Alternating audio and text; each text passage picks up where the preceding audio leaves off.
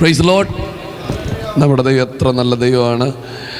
നമ്മുടെ രക്ഷകൻ എത്ര നല്ല രക്ഷകനാണ്. നമ്മുടെ കർത്താവ് എത്ര വലിയ ദൈവമാണ്. അവൻ്റെ കൃപയിൽ ചേർന്ന്, അവൻ്റെ സാന്നിധ്യത്തിൽ ചേർന്ന് നമുക്കിരിപ്പാൻ കർത്താവ് നൽകിയ അവസരത്തിനായി സ്തോത്രം. നിങ്ങളെ ഒരിക്കൽ കൂടി കാണുവാൻ കർത്താവ് നൽകിയ അവസരം എത്ര മനോഹരമാണ്. ഒരു നിമിഷം കൂടെ കർത്താവിന് ഒരു നിമിഷം കൂടെ മഹത്വം കൊടുക്കാം. നമുക്കൊരു 10 മിനിറ്റ് കൂടെ കർത്താവിനെ വർഷിപ്പ് ചെയ്യുന്നത് കുഴപ്പമില്ലല്ലോ. Praise God. ചില നിമിഷം കൂടെ കർത്താവിന് മഹത്വം കൊടുക്കാം. കർത്താവ് എനിക്ക് ഈ അടുത്ത ദിനങ്ങളിൽ തന്ന ഒരു ഗാനത്തിൻ്റെ ചില ഇരടികൾ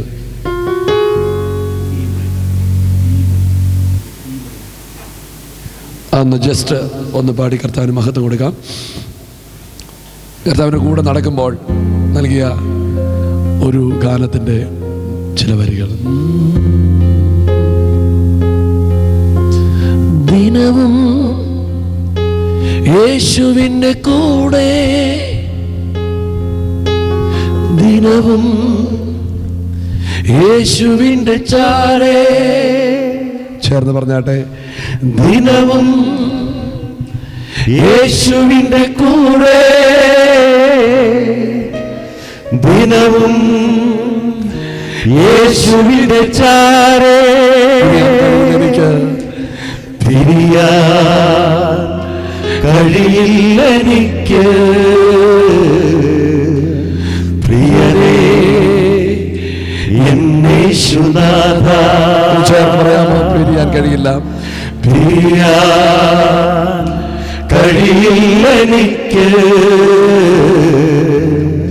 പ്രിയരേ എന്നേശുനാഥ. കൂടെ ദിനവും യേശുവിൻ്റെ കൂടെ, ദിനവും യേശുവിൻ്റെ ചാരേ. ദിനവും യേശുവിൻ്റെ കൂടെ, ദിനവും യേശുവിൻ്റെ ചാരേ. അണയാത്ത കഴിയില്ലെനിക്ക് പ്രിയനേ എന്നേശുനാഥ. പിരിയാൻ കഴിയില്ലെനിക്ക് പ്രിയനേ. ഈ വരികളൊന്ന് ചേർന്ന് പാടുക. അണയാത്ത ഓരഗ്നിയായി കത്തുവാൻ നിന്നഗ്നിയെ പകരണമേ. എത്ര പേർക്ക് ആഗ്രഹമുണ്ട്? അണയാത്ത ഓരഗ്നിയായി കത്തുവാൻ നിന്നഗ്നിയെ പകരണമേ. ശബ്ദം ഉയർത്തിച്ചേർന്ന് പറഞ്ഞാട്ടെ. അണയാത്ത ഓരഗ്നിയായി കത്തുവാൻ നിന്നഗ്നിയെ പകരണമേ. വിളങ്ങിയിടുന്ന ഒരു ജ്യോതിസായി മാറുവാൻ നിന്നഗ്നിയെ പകരണമേ. വിളങ്ങിയിടുന്ന ഒരു ജ്യോതിസായി, വിളങ്ങിയിടുന്ന ഒരു ജ്യോതിസായി മാറുവാൻ നിന്നഗ്നിയെ പകരണമേ. ഒരിക്കൽ കൂടി നാവുകൾ തുറന്ന് ഒരിക്കൽ കൂടെ. വിളങ്ങിയിടുന്ന ഒരു ജ്യോതിസായി മാറുവാൻ നിന്നഗ്നിയെ പകരണമേ. കുശവൻ കൈയിൽ കളിമൺ പോലെ നനയായ എൻ്റെ യേശുനാഥ. കുശവൻ കൈയിൽ കളിമൺ പോലെ, ചേർന്ന് പറഞ്ഞാട്ടോ, നനയായ എൻ്റെ യേശുനാഥ. നിൻ സാന്നിധ്യം യേശുവേ. ചേർന്ന് പറഞ്ഞാട്ടെ. നിൻ സാന്നിധ്യം തുറന്നൊരുമിച്ച് നിൻ സാന്നിധ്യം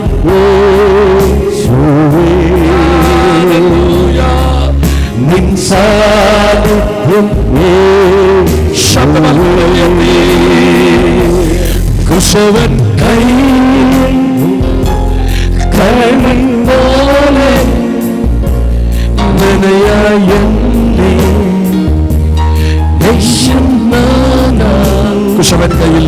കുശവൻ കയ്യിൽ കളിവൻ പോലെ വിനയാനന്ദേ യേശുനാഥ അടയാത്ത ഓരഗ്നിയായി കത്തുവാൻ നിന്നഗ്നിയെ പകരണമേ.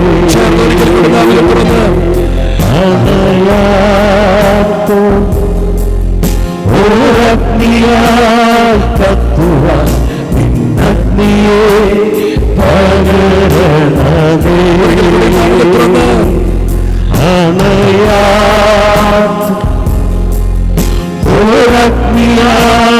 കത്തുവാൻ നിന്നഗ്നിയെ പകരണമേ. കർത്താവിനോട് പ്രാർത്ഥിക്കുന്നു.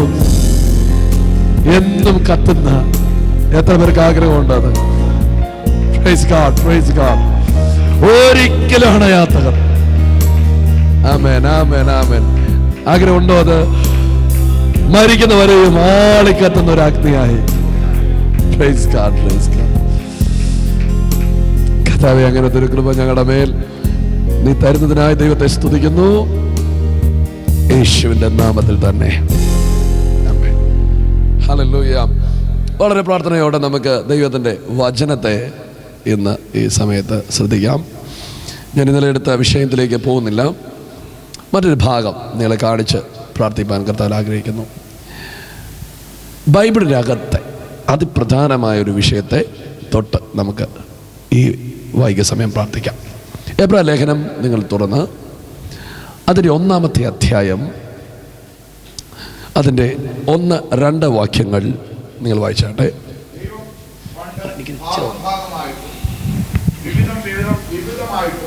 പ്രവാചകന്മാർ മുഖാന്തരം പിതാക്കന്മാരോട് അരുളി ചെയ്തിട്ട് ഈ അന്ത്യകാലത്ത് പുത്രൻ മുഖാന്തരം നമ്മോട് അരുളി ചെയ്തിരിക്കുന്നു. അവനെ താൻ സകലത്തിനും അവകാശിയാക്കി വെച്ചു. അവൻ മുഖാന്തരം ലോകത്തെ ഉണ്ടാക്കി. മതി, വാക്യം ശ്രദ്ധിക്കുക. നമ്മൾ വളരെ ശാന്തമായിട്ട് ഈ വചനം ഒന്ന് ധ്യാനിക്കാൻ പോവുകയാണ്. ദൈവം പണ്ട് ഭാഗമായും വിവിധമായും പ്രവാചകന്മാർ മുഖാന്തരം പിതാക്കന്മാരോട് അരുളി ചെയ്തിട്ട് ഈ അന്ത്യകാലത്ത് പുത്രൻ മുഖാന്തരം നമ്മോട് അരുളി ചെയ്തിരിക്കുന്നു. Price the Lord. അപ്പോൾ ഇനി നിങ്ങൾ വളരെ ശ്രദ്ധയോടെ ശ്രദ്ധിക്കുക. നമ്മുടെ ഇന്നത്തെ ചിന്ത ഇത്രയേ ഉള്ളൂ. ദൈവം എന്തുവാണ് ഈ പണ്ട് തൊട്ടേ ഇങ്ങനെ പറഞ്ഞുകൊണ്ടിരിക്കുന്നത്? ഹലോ, ഈ ദൈവം എന്തുവാ ഈ യുഗങ്ങളായി മനുഷ്യനോട് പറഞ്ഞുകൊണ്ടിരിക്കുന്ന കാര്യം? ആമേൻ, സ്തോത്രം. ഈ ദൈവത്തിന് എന്തോ ഈ പറയാനുള്ളേ? പിതാക്കന്മാരോട് ഈ കുറേശ്ശെ എന്താ ഈ പറഞ്ഞുകൊണ്ടിരിക്കുന്നത്? ഹലോ, ഈ ഭാഗമായിട്ട് ദൈവം എന്താ പറഞ്ഞുകൊണ്ടിരിക്കുന്നത്? അപ്പൊ അവിടെ പറയുന്ന വാക്കുണ്ട്, അത് ഭാഗമാണ്, വിവിധമാണ്. അതുകൊണ്ട് നമുക്കത് വ്യക്തമായി മനസ്സിലാകാനൊന്നും പെട്ടെന്ന് പറ്റത്തില്ല. പക്ഷേ അടുത്ത വാക്ക് പറയുന്നു, എന്നാൽ പുത്രൻ മുഖാന്തരം നമ്മോടത് അരുളി ചെയ്തിരിക്കുക. നിങ്ങൾ മിണ്ടിയില്ല. ഭാഗമായിട്ടുമല്ല, വിവിധമായിട്ടുമല്ല, പുത്രൻ മുഖാന്തരം സ്പഷ്ടമായിട്ട് നമ്മോട് പറഞ്ഞിരിക്കുകയാണ്. ഇപ്പൊ ദൈവത്തിന് പറയാനുള്ളത് നമ്മോട് എന്ത് ചെയ്തിരിക്കുക? പുത്രൻ മുഖാന്തരം തിരിക്കുക. അപ്പൊ ദൈവം എന്തുവാ പറഞ്ഞെന്ന് അറിയാനുള്ള ഏക വഴി എന്തുവാ? പുത്രനെ നോക്കിയാൽ മതി. പുത്രനെ നോക്കിയാൽ നമുക്ക് എന്ത് ചെയ്യാൻ മനസ്സിലാക്കാൻ പറ്റും? ദൈവം എന്താ പറഞ്ഞ് മനസ്സിലാക്കാൻ പറ്റും. ഇനി എന്തുവായി പുത്രൻ പറഞ്ഞ എന്നുള്ളതാണ് നമ്മൾ ചിന്തയിലേക്ക് വരുന്നത്. ഞാൻ കുറച്ച് നിമിഷമേ നിങ്ങളുമായി ചിലവഴിക്കുന്നുള്ളൂ, വളരെ പ്രാർത്ഥനയോടെ. ഇത് നിങ്ങൾക്ക് ലഭിക്കാവുന്നതിൽ ഏറ്റവും നല്ലൊരു സെഷൻ എന്ന് ഞാൻ വിശ്വസിക്കുന്നു. ആമേൻ, ആമേൻ, പ്രൈസ് ദി ലോർഡ്. ഒത്തിരി വിടുതൽ നമുക്ക് അനുഭവിക്കാൻ പറ്റുന്ന ഒരു സെഷനായിരിക്കും. വളരെ ചുരുക്ക സമയമുള്ളൂ. വളരെ ശ്രദ്ധയോടെ നിങ്ങളെല്ലാവരും വളരെ ഏകാഗ്രതയോടെ ഇരുന്നാൽ എനിക്ക് അല്പം കൂടെ മനോഹരമായിട്ട് ഈ ശുശ്രൂഷ ചെയ്യുവാൻ കഴിയുമെന്ന് ഞാൻ വിശ്വസിക്കുന്നു. അപ്പോൾ ദൈവം എന്തു പറഞ്ഞെന്ന് അറിയണമെങ്കിൽ ഏക വഴി പുത്രൻ നോക്കിയാൽ. എന്താ ഈ പുത്രൻ പറഞ്ഞത്? 33 വർഷം ജീവിച്ച യേശു ക്രിസ്തു അതിൻ്റെ 3.5 വർഷം അവൻ പ്രസംഗിച്ചു. നസറേനായ യേശു ക്രിസ്തുവിന് 3.5 വർഷം ശുശ്രൂഷിക്കുവാൻ 2 പ്രസംഗ വിഷയമേ ഉണ്ടായിരുന്നുള്ളൂ. സോറി, ഓക്കെ, 2 വിഷയം. ഒന്ന് കിങ്ഡം ഓഫ് ഗോഡ്, മറ്റൊന്ന് ഇറ്റേണൽ ലൈഫ്. ഇത് രണ്ടിലേക്കുള്ള പ്രവേശനത്തിനാണ് മാനസാന്തരം. സ്തോത്രം പറഞ്ഞാട്ടെ. അപ്പോൾ യേശുവിന് പ്രസംഗിക്കാൻ 2 കാര്യം.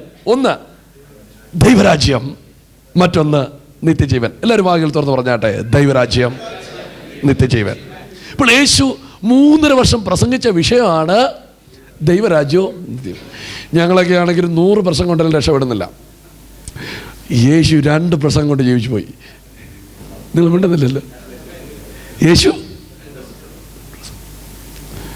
അപ്പോസ്തലനായിരിക്കുന്ന പത്രോസിനെ പറ്റി പറയുമ്പോഴും പറയുന്നത് പുള്ളിക്കും വലിയ പ്രസംഗമൊന്നും ഇല്ലായിരുന്നു. ഐ എം സോറി, ആ വാക്ക് ആവർത്തി ക്ഷമിച്ചേക്കണം. അദ്ദേഹത്തിന് വലിയ പ്രസംഗമൊന്നും 2 പത്രോസിൻ്റെ ലേഖനം 1:13 പറയുകയാണ്, ഞങ്ങൾ നിങ്ങളോട് യേശുവിൻ്റെ ശക്തിയെക്കുറിച്ചും അവൻ്റെ പ്രത്യക്ഷതയെക്കുറിച്ചും പ്രസംഗിച്ചു. അപ്പോൾ എത്ര വിഷയമുള്ളൂ? ശക്തി, പ്രത്യക്ഷത. Praise the Lord. ഞങ്ങളാണെങ്കിൽ ഇപ്പോൾ അതൊക്കെ ഞാൻ സൗഖ്യമായിട്ടുണ്ട്. കല്ല്, വടി, വാള്, കഴുത, ഇങ്ങനെ ഓരോ വിഷയം ഞങ്ങളങ്ങ് ഒപ്പിക്കുകയാണ്. ദാവീദിൻ്റെ കല്ല്, അതുകൊണ്ട് 5 ദിവസം ഞങ്ങളങ്ങ് നിൽക്കും. മനസ്സിലായില്ല. ചെരുപ്പ് 5 ദിവസം അങ്ങ് നിൽക്കും, മിണ്ടുന്നില്ല. ദൈവം നമ്മെ ഓർത്തു 5 ദിവസം അതുകൊണ്ടങ്ങ് നിൽക്കും. പക്ഷെ യേശു നോക്കിയാൽ 2 പ്രസംഗം. ഒന്ന് ദൈവരാജ്യം, മറ്റൊന്ന് നിത്യജീവൻ. ഒന്നാമേ പറഞ്ഞാട്ടെ. നമുക്ക് ശ്രദ്ധിക്കാം. യേശുവിൻ്റെ പ്രസംഗം ഒന്ന്, യേശു പ്രസംഗിച്ചത് ദൈവരാജ്യമാണ്.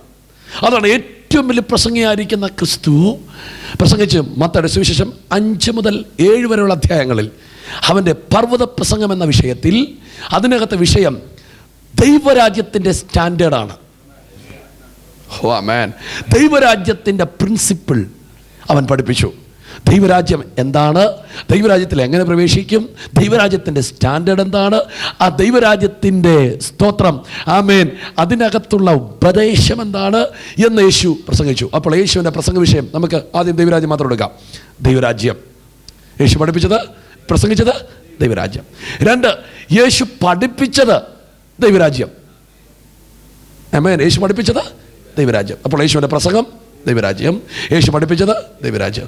3 യേശു പഠിപ്പിച്ച പ്രാർത്ഥന, നിങ്ങൾ ഈ വിധം പ്രാർത്ഥിപ്പീൻ, സ്വർഗസ്നായ ഞങ്ങളുടെ പിതാവേ. അപ്പോൾ യേശുവിൻ്റെ പ്രാർത്ഥന എന്താണ്? നിന്റെ രാജ്യം വരണമേ. അപ്പോൾ യേശുവിൻ്റെ പ്രാർത്ഥന എന്താണ്? ദൈവരാജ്യം. പ്രസംഗം ദൈവരാജ്യം, പഠിപ്പിക്കൽ ദൈവരാജ്യം, പ്രാർത്ഥന ദൈവരാജ്യം. അവൻ പറയാണ്, നിങ്ങൾ മറ്റൊന്നും പ്രാർത്ഥിക്കേണ്ട, രാജ്യം വരാൻ പ്രാർത്ഥിക്കുക. അപ്പം നമ്മുടെ ഉള്ളിൽ ചിന്തയാവും, രോഗമുള്ള ഞാൻ രാജ്യം വരാൻ പ്രാർത്ഥിച്ചിട്ട് എന്താ കാര്യം? ബലഹീനമായ ഞാൻ രാജ്യം വരാൻ പ്രാർത്ഥിച്ചിട്ട് എന്താ കാര്യം? അസുഖമുള്ള ഞാൻ, സ്തോത്രം, ഭാരമുള്ള, തടസ്സമുള്ള, അസമാധാനമുള്ള ഞാൻ രാജ്യം വെളിപ്പെടുവാൻ പ്രാർത്ഥിച്ചിട്ട് എന്താ കാര്യം? യെസ്, നിനക്ക് അസമാധാനം ഉള്ളത് കൊണ്ടാണ് രാജ്യം വെളിപ്പെടാൻ പ്രാർത്ഥിക്കേണ്ടത്. നിനക്ക് രോഗം ഉള്ളത് കൊണ്ടാണ് സ്തോത്രം ദൈവരാജ്യം വെളിപ്പെടാൻ പ്രാർത്ഥിക്കേണ്ടത്. അതിൻ്റെ അർത്ഥം എന്താണ്? ദൈവരാജ്യം അത് ഭക്ഷണമല്ലല്ലോ, അത് പാനീയവുമല്ലല്ലോ, അത് നീതിയല്ലേ, അത് സമാധാനമല്ലേ, അത് പരിശുദ്ധാത്മാവിൻ്റെ സന്തോഷമല്ലേ. സ്തോത്രം. അപ്പൊ ദൈവരാജ്യം വെളിപ്പെടുവാൻ പ്രാർത്ഥിച്ചാൽ എന്ത് സംഭവിക്കും? അവിടെ നീതി വെളിപ്പെട്ടു വരും. ഓ ആമേൻ പറഞ്ഞാട്ടെ. ആമേൻ. ദൈവരാജ്യം വെളിപ്പെടുവാൻ പ്രാർത്ഥിച്ചാൽ അവിടെ സമാധാനം വെളിപ്പെട്ടു വരും. ദൈവരാജ്യം വെളിപ്പെടുവാൻ പ്രാർത്ഥിച്ചാൽ അവിടെ സന്തോഷം വെളിപ്പെടുവാൻ പറ്റും. അപ്പൊ ഇത് മതിയില്ലേ? നമുക്ക് സന്തോഷം മതിയില്ലേ? സമാധാനം മതിയില്ലേ? നീതി മതിയില്ലേ? സ്തോത്രം. അത് വെളിപ്പെടുവാൻ ഏക വഴി ദൈവരാജ്യം. അപ്പോൾ യേശുവിൻ്റെ പ്രസംഗം, യേശുവിൻ്റെ പഠിപ്പിക്കൽ, യേശുവിൻ്റെ പ്രാർത്ഥന, യേശു ശിഷ്യന്മാരെ അയച്ചത് ദൈവരാജ്യം പ്രസംഗിക്കുവാൻ അയച്ചു. അപ്പോൾ യേശുവിൻ്റെ പ്രസംഗവും ദൈവരാജ്യം. അടുത്തത് യേശു അന്വേഷിക്കാൻ പറഞ്ഞതോ, മുമ്പേ അവൻ്റെ രാജ്യവും നീതിയും അന്വേഷിപ്പീൻ, അതോടുകൂടെ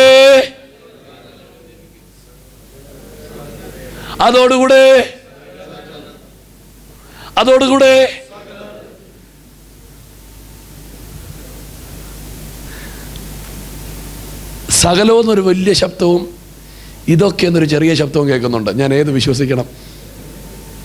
മുമ്പേ അവൻ്റെ രാജ്യവും നീതിയും അന്വേഷിപ്പീൻ, അതോടുകൂടെ ഒന്നത് വായിച്ചോ, അങ്ങനെ വേണോ ഒന്ന്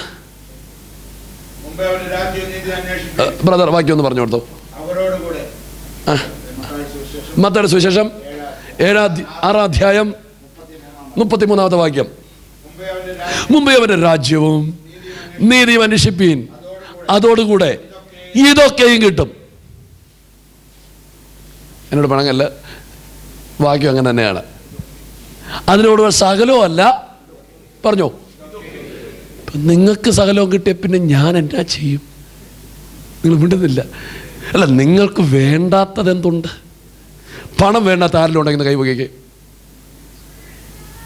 ഇപ്പം നിങ്ങൾക്ക് എല്ലാം വേണ്ട, പിന്നെ ഞങ്ങൾ എന്നാ ചെയ്യും? നിങ്ങൾ പ്രതികരിക്കുന്നില്ല. അപ്പം ദൈവം അങ്ങനെ പറഞ്ഞിട്ടില്ല.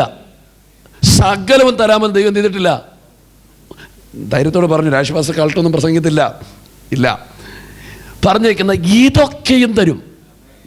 മുമ്പേ അവൻ്റെ രാജ്യവും നീതിയും അന്വേഷിച്ചാൽ ഇതൊക്കെയും തരും. ഏതൊക്കെ? അവിടെ ശ്രദ്ധിച്ചോണം. അവിടെയാണ് ദൈവം നമുക്ക് മായയായ വാഗ്ദത്തങ്ങൾ തരുന്നവനല്ല. സ്തോത്രം. ഏറ്റവും വലിയ വീട് തരാം അങ്ങനെ ദൈവം പറഞ്ഞിട്ടില്ല. 2, ഇവിടുത്തെ ഏറ്റവും വലിയ വീട് നിങ്ങളുടെ അല്ലേന്ന് താനും മിണ്ടില്ല. ഏറ്റവും നല്ല കാർ തരാം ദൈവം അങ്ങനെ പറഞ്ഞിട്ടില്ല. ഇവിടുത്തെ ഏറ്റവും നല്ല കാർ നിങ്ങളുടേതല്ല. ആണോ? നിങ്ങൾ മിണ്ടുന്നില്ല എന്നോട്. ദൈവം അങ്ങനെ പറഞ്ഞില്ല. പക്ഷെ ദൈവം എന്നോട് പറഞ്ഞൊരു കാര്യമുണ്ട്, നിന്റെ തല കുനിയാൻ പറ നിന്റെ മക്കൾ അപ്പം ഇറക്കാൻ. അത് ശരിയാണോ അല്ലയോ? ഇതുവരെ തല കുനിഞ്ഞിട്ടുണ്ടോ? യേശുവിനെ കണ്ടു കഴിഞ്ഞ് ഇതുവരെ കല കുനിഞ്ഞിട്ടുണ്ടോ? ഒന്ന് കൈകളെ ഉയർത്തി സ്തുതിച്ചാട്ടെ. അപ്പോൾ മുമ്പേ അവൻ്റെ രാജ്യവും നീതിയും അന്വേഷിപ്പീൻ, അതോടുകൂടെ ഇതൊക്കെ എന്ന് പറഞ്ഞാൽ അതിന് തൊട്ടു മുമ്പിൽ ഒരു വാക്ക് പറഞ്ഞിട്ടുണ്ട്. ഏതൊക്കെയെന്ന്? എന്ത് തിന്നും, എന്ത് കുടിക്കും, എന്ത് ഉടുക്കും എന്നതിനെക്കുറിച്ച് നിങ്ങൾ വിചാരപ്പെടരുത്. എന്നിട്ട് അടുത്ത വാക്ക് ഏറ്റവും രസം, ഇതൊക്കെയും ജാതികൾ അന്വേഷിക്കുന്നു. അപ്പോൾ നമ്മൾ ജാതിയാണോ ദൈവവൈതലാണോ എന്നറിയാൻ വേണ്ടി സ്തോത്രം ആമേൻ ഈ നമ്മുടെ സാമച്ചൻ പാസ്റ്ററെ വിളിച്ച് ദൂത് കേൾക്കൊന്നും വേണ്ട.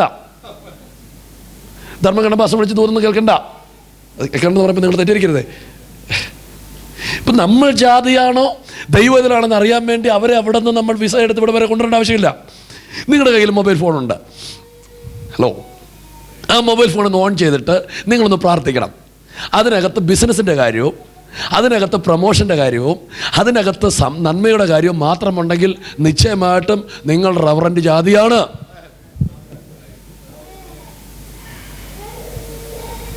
ഞാൻ അബദ്ധത്തിൽ വന്നതല്ലല്ലോ. ഓക്കെ. ഇപ്പം ജാതിക്ക് ഒറ്റ കാര്യമുള്ളൂ, തിന്നണം, കുടിക്കണം, ഉടുക്കണം. ഈ ജാതിയുടെ ആകുലം മറ്റ് ജനത്തിൻ്റെ ആദായമാണ്. കേട്ടില്ല? നമ്മുടെ ദേശത്ത് എത്ര തുണിക്കടയുണ്ട്?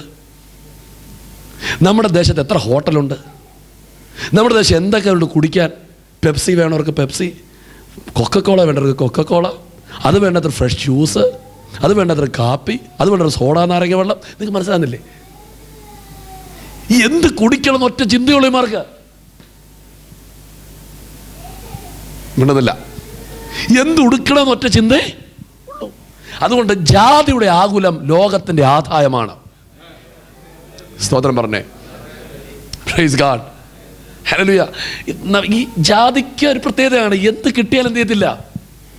ഇപ്പം ഞാനൊരു കാര്യം പറയാം. നിങ്ങൾ സ്തോത്രം ഈ ലോകത്തിലുള്ളത് കിട്ടി നിങ്ങൾ തൃപ്തരാകാമെന്ന് ചിന്തിക്കരുത്. ജീവിതത്തിൽ ഒരിക്കലും എന്ത് ചെയ്യത്തില്ല, തൃപ്തി വരുത്തത്തില്ല. ഞാൻ എപ്പോഴും പറയുന്ന ഒരു വാക്കുണ്ട്, ഇന്ത്യ മുഴുവൻ തീരാധാരം എഴുതി തന്നാലും പിറ്റേ ദിവസം നമ്മളൊരു തൂമ്പ എടുത്തുകൊണ്ട് പോകും. എവിടെ പോവാണെന്ന് ചോദിച്ചാൽ പറയും ഒരു തൂണ് കുത്തിയിടാൻ സ്ഥലമില്ല, പാകിസ്ഥാൻ അതിന് മാന്തിയിരിക്കും. കഥയില്ല. Praise the Lord. ചില സഹോദരന്മാരെ കണ്ടിട്ടില്ലേ, ഒത്തിരി സാരി അവർക്ക് കാണും. ഏത് സാരി ഉടുക്കണമെന്ന് അറിയണമെങ്കിൽ ഏണി വെച്ച് കയറണം.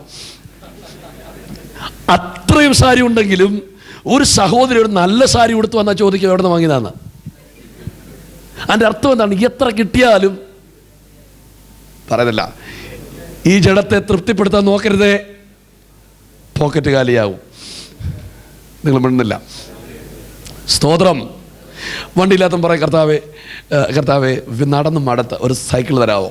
ഇപ്പോൾ സൈക്കിൾ ദൈവം തരും. സൈക്കിൾ തരുമ്പോൾ നമ്മൾ പറയും, ദൈവം ചവിട്ടി മടുത്ത് ഒരു സ്കൂട്ടർ തരാമോ? സ്കൂട്ടർ തരും. സ്കൂട്ടർ തരുമ്പോൾ പറയും, കർത്താവ് വേലി കൊണ്ട് മടുത്ത് കർത്താവ് ഒരു കാർ തരാമോ? മനസ്സിലാകുന്നില്ല. ഇപ്പോൾ കാർ വരുമ്പോൾ പിന്നെ നമ്മൾ പിന്നെയും പറയും, എൻ്റെ ഭാര്യയ്ക്ക് ഒരെണ്ണം തരാമോ? മക്കൾക്ക് ഒരെണ്ണം തരാമോ? അങ്ങനെയൊക്കെ പോകും. അത് നിങ്ങൾ മിണ്ടുന്നില്ല. അപ്പം അത് നമുക്ക് എന്ത് വരത്തില്ല. അത് പാസ്റ്റർ പറയുന്നത് ഒന്നും വേണ്ടെന്നല്ല എൻ്റെ അർത്ഥം.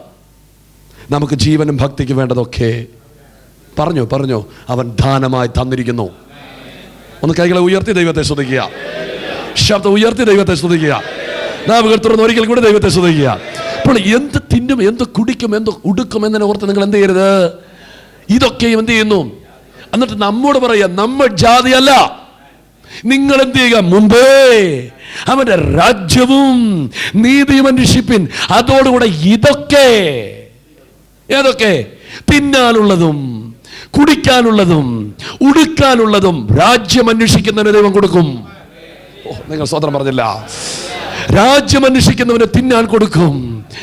അത് ദൈവത്തിന്റെ ഒരു നിയമമാ. സ്തോത്രം പറഞ്ഞേ. Price the Lord. അപ്പോൾ യേശുവിന്റെ പ്രസംഗം, യേശുവിന്റെ പഠിപ്പിക്കൽ, യേശുവിന്റെ പ്രാർത്ഥന, യേശുവിന്റെ, നിങ്ങൾ രണ്ടുപേരുടെ പ്രസംഗം വരുവാണോ? ഓക്കെ, സ്തോത്രം. യേശുവിന്റെ പഠിപ്പിക്കൽ, ദൈവരാജ്യം. അടുത്തത് യേശുവിൻ്റെ ഉപമ. പറ നിങ്ങൾ എൻ്റെ കൂടെ അങ്ങ് പോകരുതേ. യേശുവിൻ്റെ ഉപമ, ദൈവരാജ്യം നിധി ഒളിച്ചു വെച്ച വയൽ, ദൈവരാജ്യം പുളിച്ച മാവിന് സദൃശ്യം, ദൈവരാജ്യം കടുകുമണിക്ക് സദൃശ്യം, ദൈവരാജ്യം മണവാളൻ എതിരേൽക്കുന്ന, ദൈവരാജ്യം സ്തോത്രം കണക്ക് തീർക്കുന്ന യജമാനന്. അപ്പോൾ യേശുവിൻ്റെ ഉപമ മുഴുവൻ എന്താ പറഞ്ഞോ? ദൈവരാജ്യം. അടുത്തത്, യേശു ഒരുവനെ കണ്ടാൽ അവനോട് ആദ്യം പറയുന്നത് തന്നെ ആമേൻ ആമേൻ, ഞാൻ നിന്നോട് പറയുന്നു, നീ വീണ്ടും ജനിച്ചില്ലെങ്കിൽ എൻ്റെ രാജ്യത്തിൽ കിടക്കത്തില്ല. യേശുവിൻ്റെ ഇടപെടൽ എന്ത് രസമല്ലേ. നമ്മളെ കണ്ടാൽ ചോദിക്കും, ബ്രദറെ സുഖമാണോ എന്നൊക്കെ ചോദിക്കുമ്പം യേശു പറയാ, നീ വീണ്ടും ജനിച്ചോ? അപ്പൊ വീണ്ടും ജനനം എന്തിനാ? Praise God. വീണ്ടും ജനനം എന്തിനാ? ശബ്ദം ഉയർത്തി പറഞ്ഞാട്ടെ, ദൈവരാജ്യത്തിൽ കിടക്കാൻ. അപ്പോൾ യേശുവിൻ്റെ പ്രസംഗവും ഉപദേശവും പഠിപ്പിക്കലും സകലം എന്താണ്? പറഞ്ഞാട്ടെ, ദൈവരാജ്യമാണ്. ഒന്ന് ചേർന്ന് ദൈവത്തെ സ്തുതിച്ചാട്ടെ. അപ്പോൾ ഈ കാര്യം വലുതാണോ? ഈ കാര്യം വലുതാണോ? ഏതായാലും നിങ്ങൾ ശ്രദ്ധിച്ച് കേട്ടോണം. ഇതിൻ്റെ അവസാനം നിങ്ങൾ കത്തും. പിന്നെ ആദ്യം തൊട്ടേ പിന്നെ നിങ്ങൾ CD വാങ്ങിച്ച് കേൾക്കണമെന്ന് നോക്കരുത്. ആദ്യം തൊട്ടേ എന്ന് വരുവാണെങ്കിൽ ഭയങ്കര സന്തോഷമാകും. രണ്ട് നിങ്ങൾ ശ്രദ്ധിക്കുക. ദൈവരാജ്യത്തിൻ്റെ പ്രസംഗം ഞാൻ അവിടെ നിർത്തിയിട്ട് യേശുവിൻ്റെ രണ്ടാമത്തെ പ്രസംഗത്തിലേക്കല്ല. യേശുവിൻ്റെ രണ്ടാമത്തെ പ്രസംഗമാണ് നിത്യജീവൻ. ഒരിക്കൽ ശമര്യക്കാരി സ്ത്രീയെ കണ്ടു. അവിടെ എന്തു പറഞ്ഞു? നീ ദൈവത്തിൻ്റെ ദാനത്തെയും നിന്നോട് കുടിക്കാൻ ചോദിക്കുന്നവനെയും നീ അറിഞ്ഞിരുന്നെങ്കിൽ അവൻ നിനക്ക് ജീവന്റെ വെള്ളം തരികയും അത് നിന്റെ അകത്ത് നിത്യജീവന്റെ ഉറവയായി പൊങ്ങി വരികയും ചെയ്യുമായിരുന്നു. ഒന്നാമൻ പറഞ്ഞാട്ടെ. അപ്പോൾ ശമര്യക്കാരി സ്ത്രീയോട് യേശു പറഞ്ഞ എന്താണ്? നിത്യജീവൻ. ഇത് കേട്ടപ്പോൾ എന്ത് സംഭവിച്ചു? അവൾ വന്ന വഴിയെ തിരിച്ചു പോയോ? ഇല്ല. സ്തോത്രം. അവൾ പിന്മാറിപ്പോയോ? ഇല്ല. അവൾ കൃപയിൽ നിന്ന് പോയോ? ഇല്ല. അവൾ മാനസാന്തരപ്പെടാതെ പോയോ? ഇല്ല. അവൾ എന്ത് ചെയ്തു? നിത്യജീവനെ കുറിച്ച് കേട്ടപ്പോൾ സംഭവിച്ചത്, അവൾ കുളത്തിൻ്റെ അരികിൽ വെച്ചിട്ട് പട്ടണത്തിലേക്ക് ഓടിച്ചെന്നിട്ട് പറഞ്ഞു, ഞാൻ ജീവന്റെ ഉടമസ്ഥനെ കണ്ടു. ശമര്യപട്ടണത്തിലെ ആദ്യത്തെ ഉണർവ് ഒരു ക്യാൻസർ മാറിയ ഉണർവല്ല. ശമര്യപട്ടണത്തിലെ ആദ്യത്തെ ഉണർവ് ഒരു ട്യൂമർ മാറിയ ഉണർവല്ല. ശമര്യപട്ടണത്തിലെ ആദ്യത്തെ ഉണർവ് ഒരുവൾ നിത്യജീവനെ കണ്ടു. ഒന്ന് ചേർന്ന് ദൈവത്തെ സ്തുതിക്കാമോ? ഓ ഹല്ലേലൂയ. നാം കണ്ട നിത്യജീവനെ കുറിച്ച് പറഞ്ഞാൽ ജനം രക്ഷിക്കപ്പെടും. സ്തോത്രം പറ. അപ്പൊ നിങ്ങൾ ചോദിക്കും, ബ്രദറെ നിത്യജീവനെ കുറിച്ച് പ്രസംഗിച്ചാൽ ആരെങ്കിലും രക്ഷിക്കപ്പെടുമോ? സത്യമായിട്ട് പറഞ്ഞാൽ ആരെങ്കിലും രക്ഷിക്കപ്പെടുന്നുണ്ടെങ്കിൽ അത് കേട്ടിട്ടേ ഉള്ളൂ. ആമേൻ. അടുത്തത്, മരിക്കാൻ ആർക്കാ കൊതി? മരിക്കാൻ ഇവിടെ ആർക്കെങ്കിലും കൊതിയുണ്ടോ? പണ്ട് ഒരു അമ്മച്ചിക്ക് 5 മക്കളുണ്ടായിരുന്നു. നിങ്ങൾ കേട്ട ചരിത്രമായിരിക്കാം. 5 മക്കളുണ്ടായിരുന്നു. ഈ 5 മക്കളും കല്യാണം കഴിച്ചിട്ട് 5 മക്കളിൽ 4 എല്ലാവരും മരിച്ചു. 4 മക്കളും മരിച്ചുപോയി. ഈ 4ാമത്തെ മകൻ മരിച്ചപ്പോൾ ഈ അമ്മച്ചി ഭയങ്കര കരച്ചിൽ. അന്നപ്പം എല്ലാവരും ചോദിച്ചു, അമ്മച്ചി ഭയങ്കര സങ്കടമായി പോയല്ലോ. ഉടനെ അമ്മച്ചി പറഞ്ഞ വാക്ക്, മക്കളെ എനിക്ക് 5 മക്കളുണ്ടായിരുന്നു, 4 പേരും മരിച്ചു, ഇനി ഒരു മോനേ ഉള്ളൂ. ഞാൻ ഓർത്ത് കരഞ്ഞത്, ഈ മോനൂടെ മരിച്ചാൽ പിന്നെ ഞാൻ എവിടെ കിടക്കും? കഥയില്ല. അപ്പം അമ്മച്ചിയുടെ ആഗ്രഹം അതും മരിച്ചാലും എന്ത് ചെയ്തിട്ടില്ലേ? നിങ്ങൾക്ക് എൻ്റെ കൂടെ ഒന്ന് വന്നാട്ടെ പ്രിയപ്പെട്ടവരെ. ഇപ്പം ഇവിടെ മരിക്കാൻ ആർക്കും എന്തില്ല. യേശുവിൻ്റെ പ്രസംഗം എന്താണ്? എന്നിൽ വിശ്വസിച്ചാൽ മരിച്ചാലും ജീവിക്കുമെന്നാണ്. അത് കേട്ട് രക്ഷിക്കപ്പെടത്തില്ലേ? മരണമില്ലാത്തൊരു ജീവിതം. സഹോദരൻ പറ, അത് ക്രിസ്തുവിൽ മാത്രമാണ്. വിശ്വസിക്കുന്നവർ ദൈവത്തെ, ആ കൈകളൊന്ന് അടിച്ച ദൈവത്തെ സ്തുതിച്ചാട്ടെ.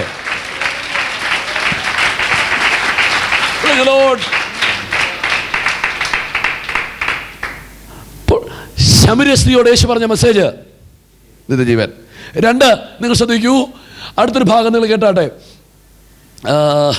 സ്തോത്രം. ഒരിക്കലൊരു ചെറുപ്പക്കാരൻ യേശുവിൻ്റെ അടുക്കൽ വന്നു, അല്ലേ? ചെറുപ്പക്കാരൻ വന്നിട്ട് എന്താ പറഞ്ഞേ? ഒരു നല്ല ചോദ്യം, നമ്മൾ ആരും ചോദിക്കാത്തൊരു ചോദ്യമാണ്. നമ്മളൊക്കെ വരുന്നത് കടം മാറാൻ എന്താണ്, രോഗം മാറാൻ എന്താണെന്നൊക്കെ ചോദിക്കുമ്പോൾ അവൻ ചോദിച്ച ചോദ്യം അസാധ്യമല്ലേ?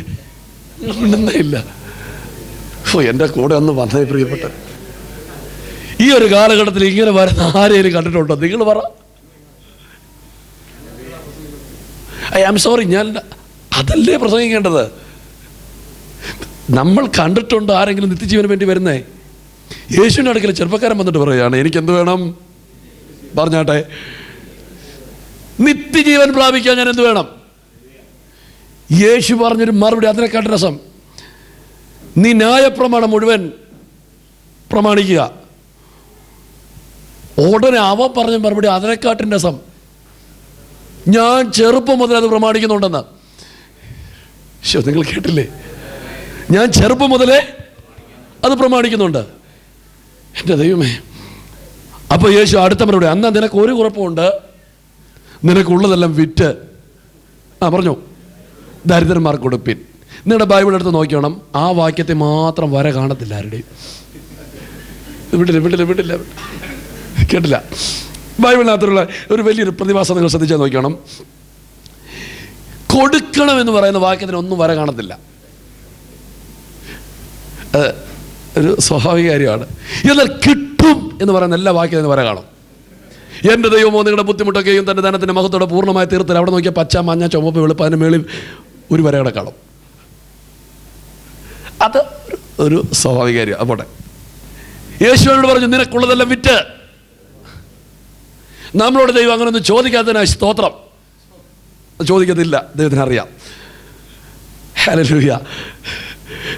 അപ്പോൾ നിങ്ങൾ പേടിക്കൊന്നും ചെയ്യരുത്. ദൈവത്തിൻ്റെ അടുക്കിലേക്ക് വരുമ്പോൾ നിങ്ങളുടെ പണമൊക്കെ പോവോ? ഇല്ല, അത് പേടിക്കരുത്. ആരെല്ലാം പുതുതായിട്ട് വന്നിട്ടുണ്ടെങ്കിൽ ഞെട്ടൊന്നും ചെയ്തേക്കരുത്. ഈ പാസ്റ്റർ കടമിട്ടാന്ന് പറഞ്ഞേക്കരുത്. യേശുവിൻ്റെ അടുക്കൽ വരുമ്പോൾ പണം എല്ലാം എടുക്കുമോ? പണം പാപമാണോ? അല്ല. ദ്രവ്യം പാപമല്ല, ദ്രവ്യാഗ്രഹമാണ് പാപം. പണത്തെക്കുറിച്ചുള്ള ആർത്തിയാണ് പാപം. പണം പാപമല്ല പ്രിയരേ. സ്തോത്രം പറഞ്ഞാട്ടെ. ഒന്ന് കൈകളെ ഉയർത്തി ദൈവത്തെ സ്തുതിക്കുക. ഹല്ലേലൂയ. ദൈവത്തിൻ്റെ ഇടയ്ക്ക് വന്നാൽ നമ്മുടെ പണം മൊത്തം പോകുമോ? ഇല്ല. പോകാതിരിക്കണമെങ്കിൽ അറ്റ്ലീസ്റ്റ് സക്കാ ചെയ്തൊരു ചെയ്തൊക്കെ ചെയ്താൽ മതി. കർത്താവേ, ഞാൻ പിടിച്ചു പറിച്ചതും ഞാൻ പിടിച്ചു പറിച്ചതൊക്കെ എന്ത് ചെയ്തോളാം? 4 മടങ്ങായിട്ട് കൊടുത്തോളാം. ഞാൻ ജോലിക്ക് ആളെ നിർത്തിയിട്ട് പൈസ കൊടുക്കാതിരുന്നതും ഒക്കെ എന്ത് ചെയ്തോളാം? കൊടുത്തോളാം. അതിൻ്റെ അർത്ഥം എന്താണ്? നമ്മുടെ അകത്തൊരു അന്യൻ്റെ മുതൽ കിടക്കാൻ ദൈവം ആഗ്രഹിക്കുന്നില്ല. ദൈവം നമ്മെ ഉള്ളതിൽ വെച്ച് അനുഗ്രഹിക്കുന്നവനാ. ഒരു തുരുത്തി എണ്ണയുള്ളൂ, അത് മതി. അതിനെ വർദ്ധിപ്പിച്ചു നിന്നെ നടത്താൻ ദൈവം വിശ്വസ്തൻ.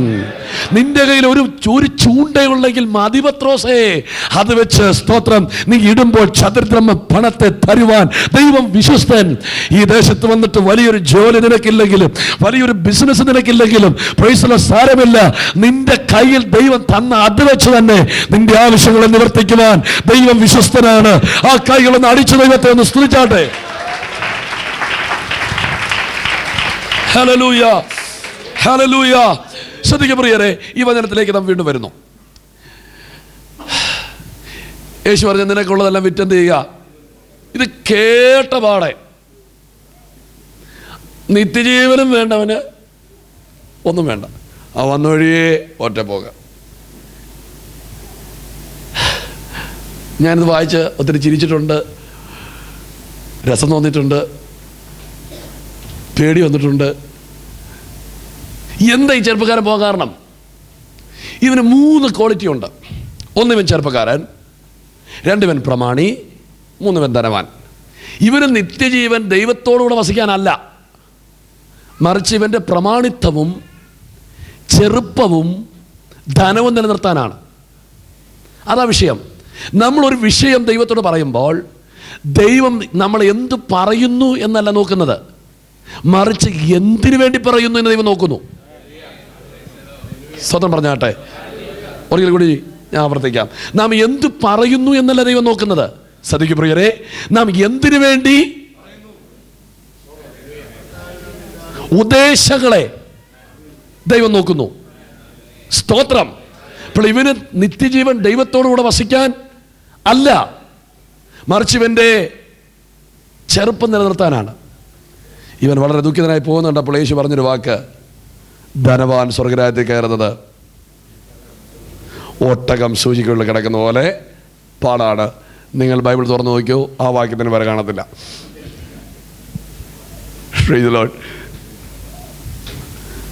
ധനവാൻ സ്വർഗരാജ്യത്തിൽ കിടക്കുന്നത് ഒട്ടകം സൂചിക്കുള്ളിൽ കിടക്കുന്ന പോലെ. അപ്പം നമ്മളതിനെ വ്യാഖ്യാനിച്ച് പറയും, ജെറുസലേമിൽ ഈ ഒരു ഒട്ടകത്തിന് മാത്രം കുനിഞ്ഞു കയറിപ്പോകാൻ പറ്റുന്ന ഒരു വഴിയുണ്ട്.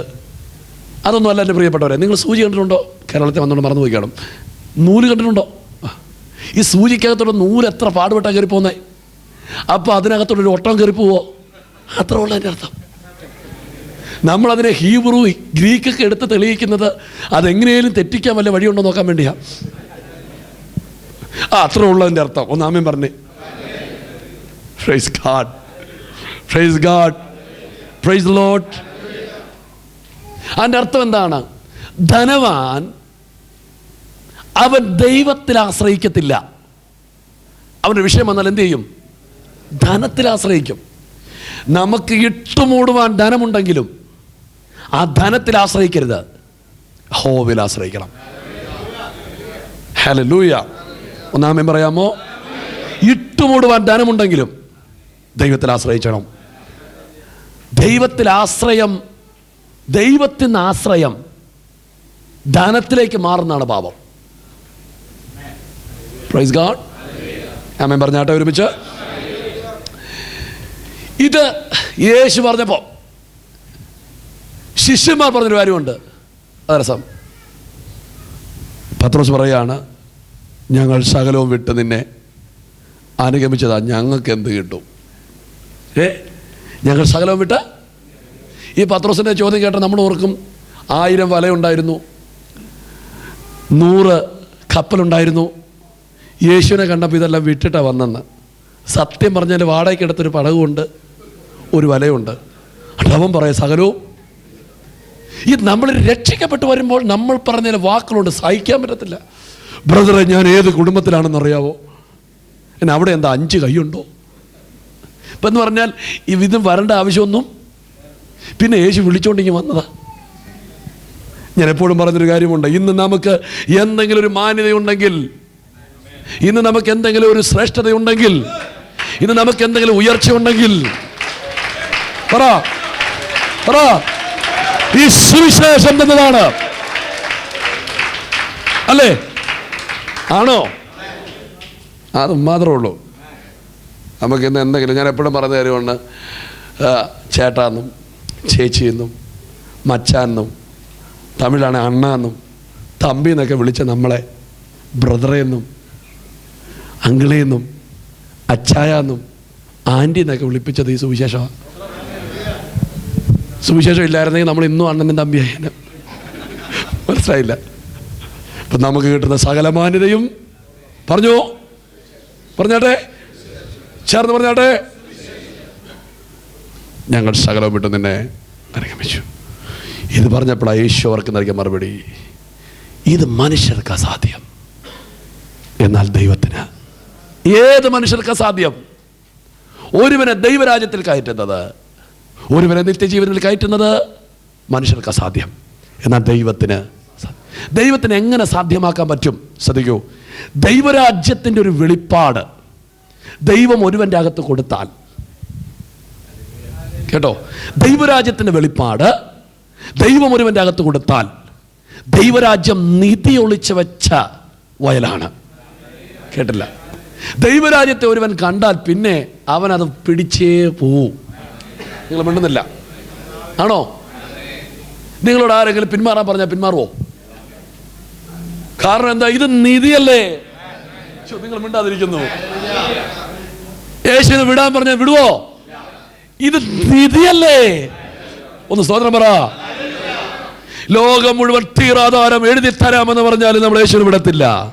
കാരണം എന്താ? യേശു നിധിയാണ്, ദൈവരാജ്യം നിധിയാണ്, നിത്യത നിധിയാണ്. കൈകളെ ഒന്ന് ഉയർത്തി അവനെ സ്തുതിക്കുക. ഹല്ലേലൂയ.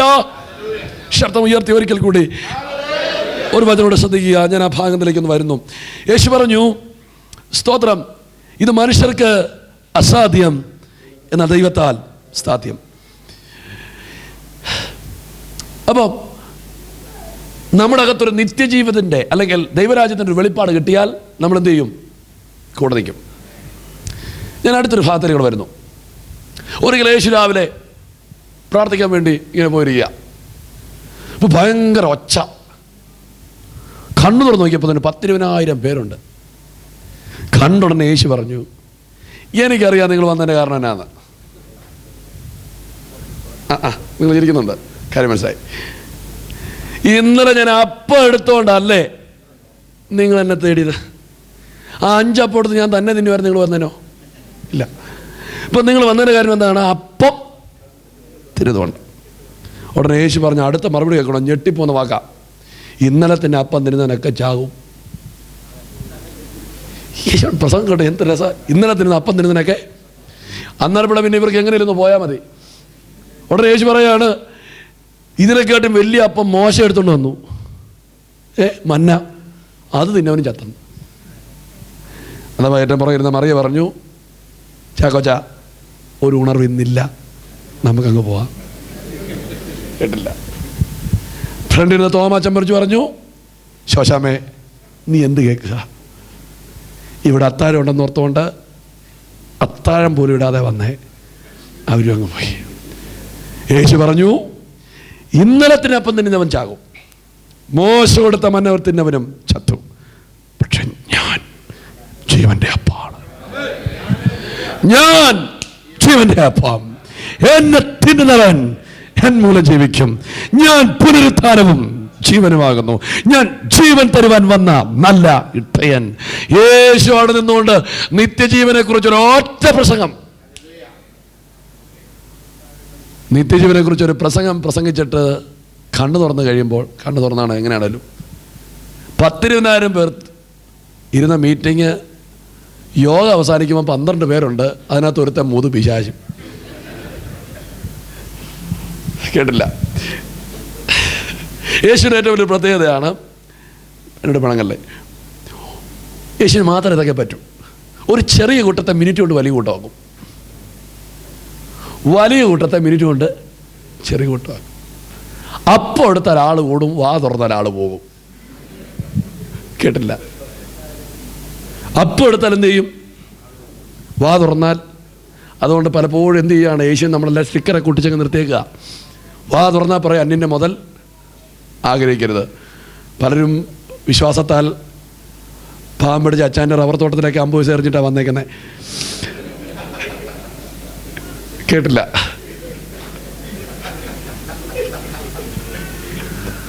ഹല്ലേലൂയ. ഇത് ഞങ്ങളൊക്കെ ചെയ്തിട്ടുണ്ട്, പക്ഷെ ഇപ്പോഴാണ് ശരിക്കും വെളിവ് വന്നേ. നമ്മളങ്ങ് ഈ വല്ല പറമ്പിൽ ചെന്ന് 50 ദിവസം കുഴിച്ചിട്ട സമയത്ത് ആ പറമ്പിൻ്റെ ഉടമസ്ഥനൊക്കെ വന്നാലുള്ള ഗതി ഓർത്തിട്ടുണ്ടോ?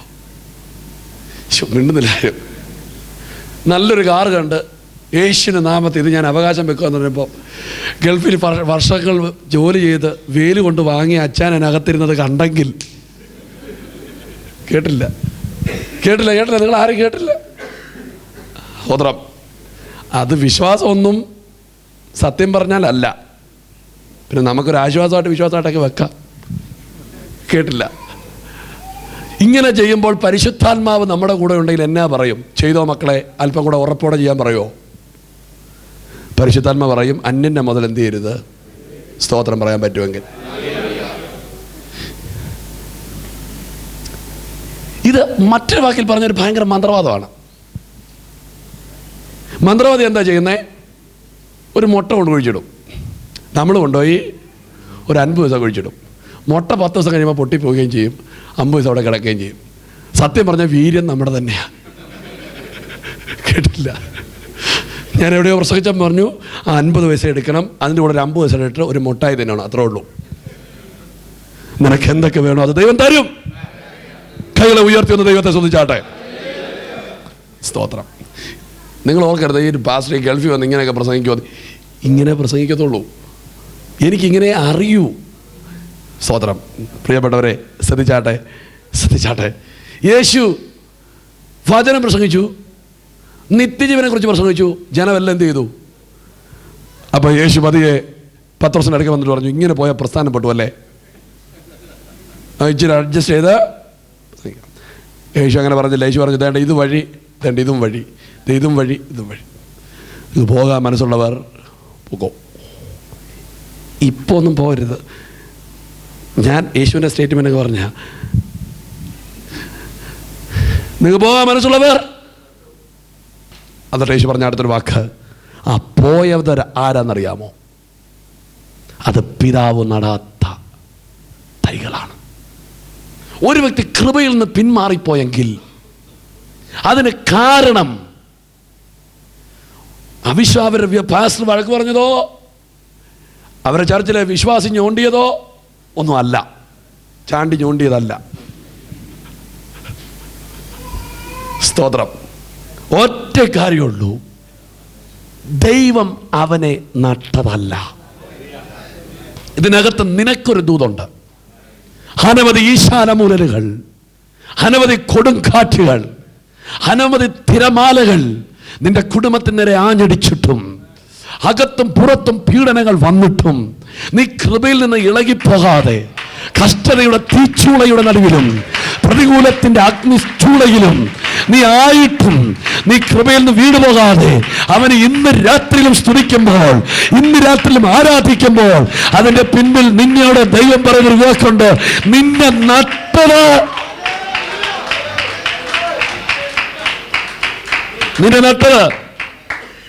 ഞാനാ.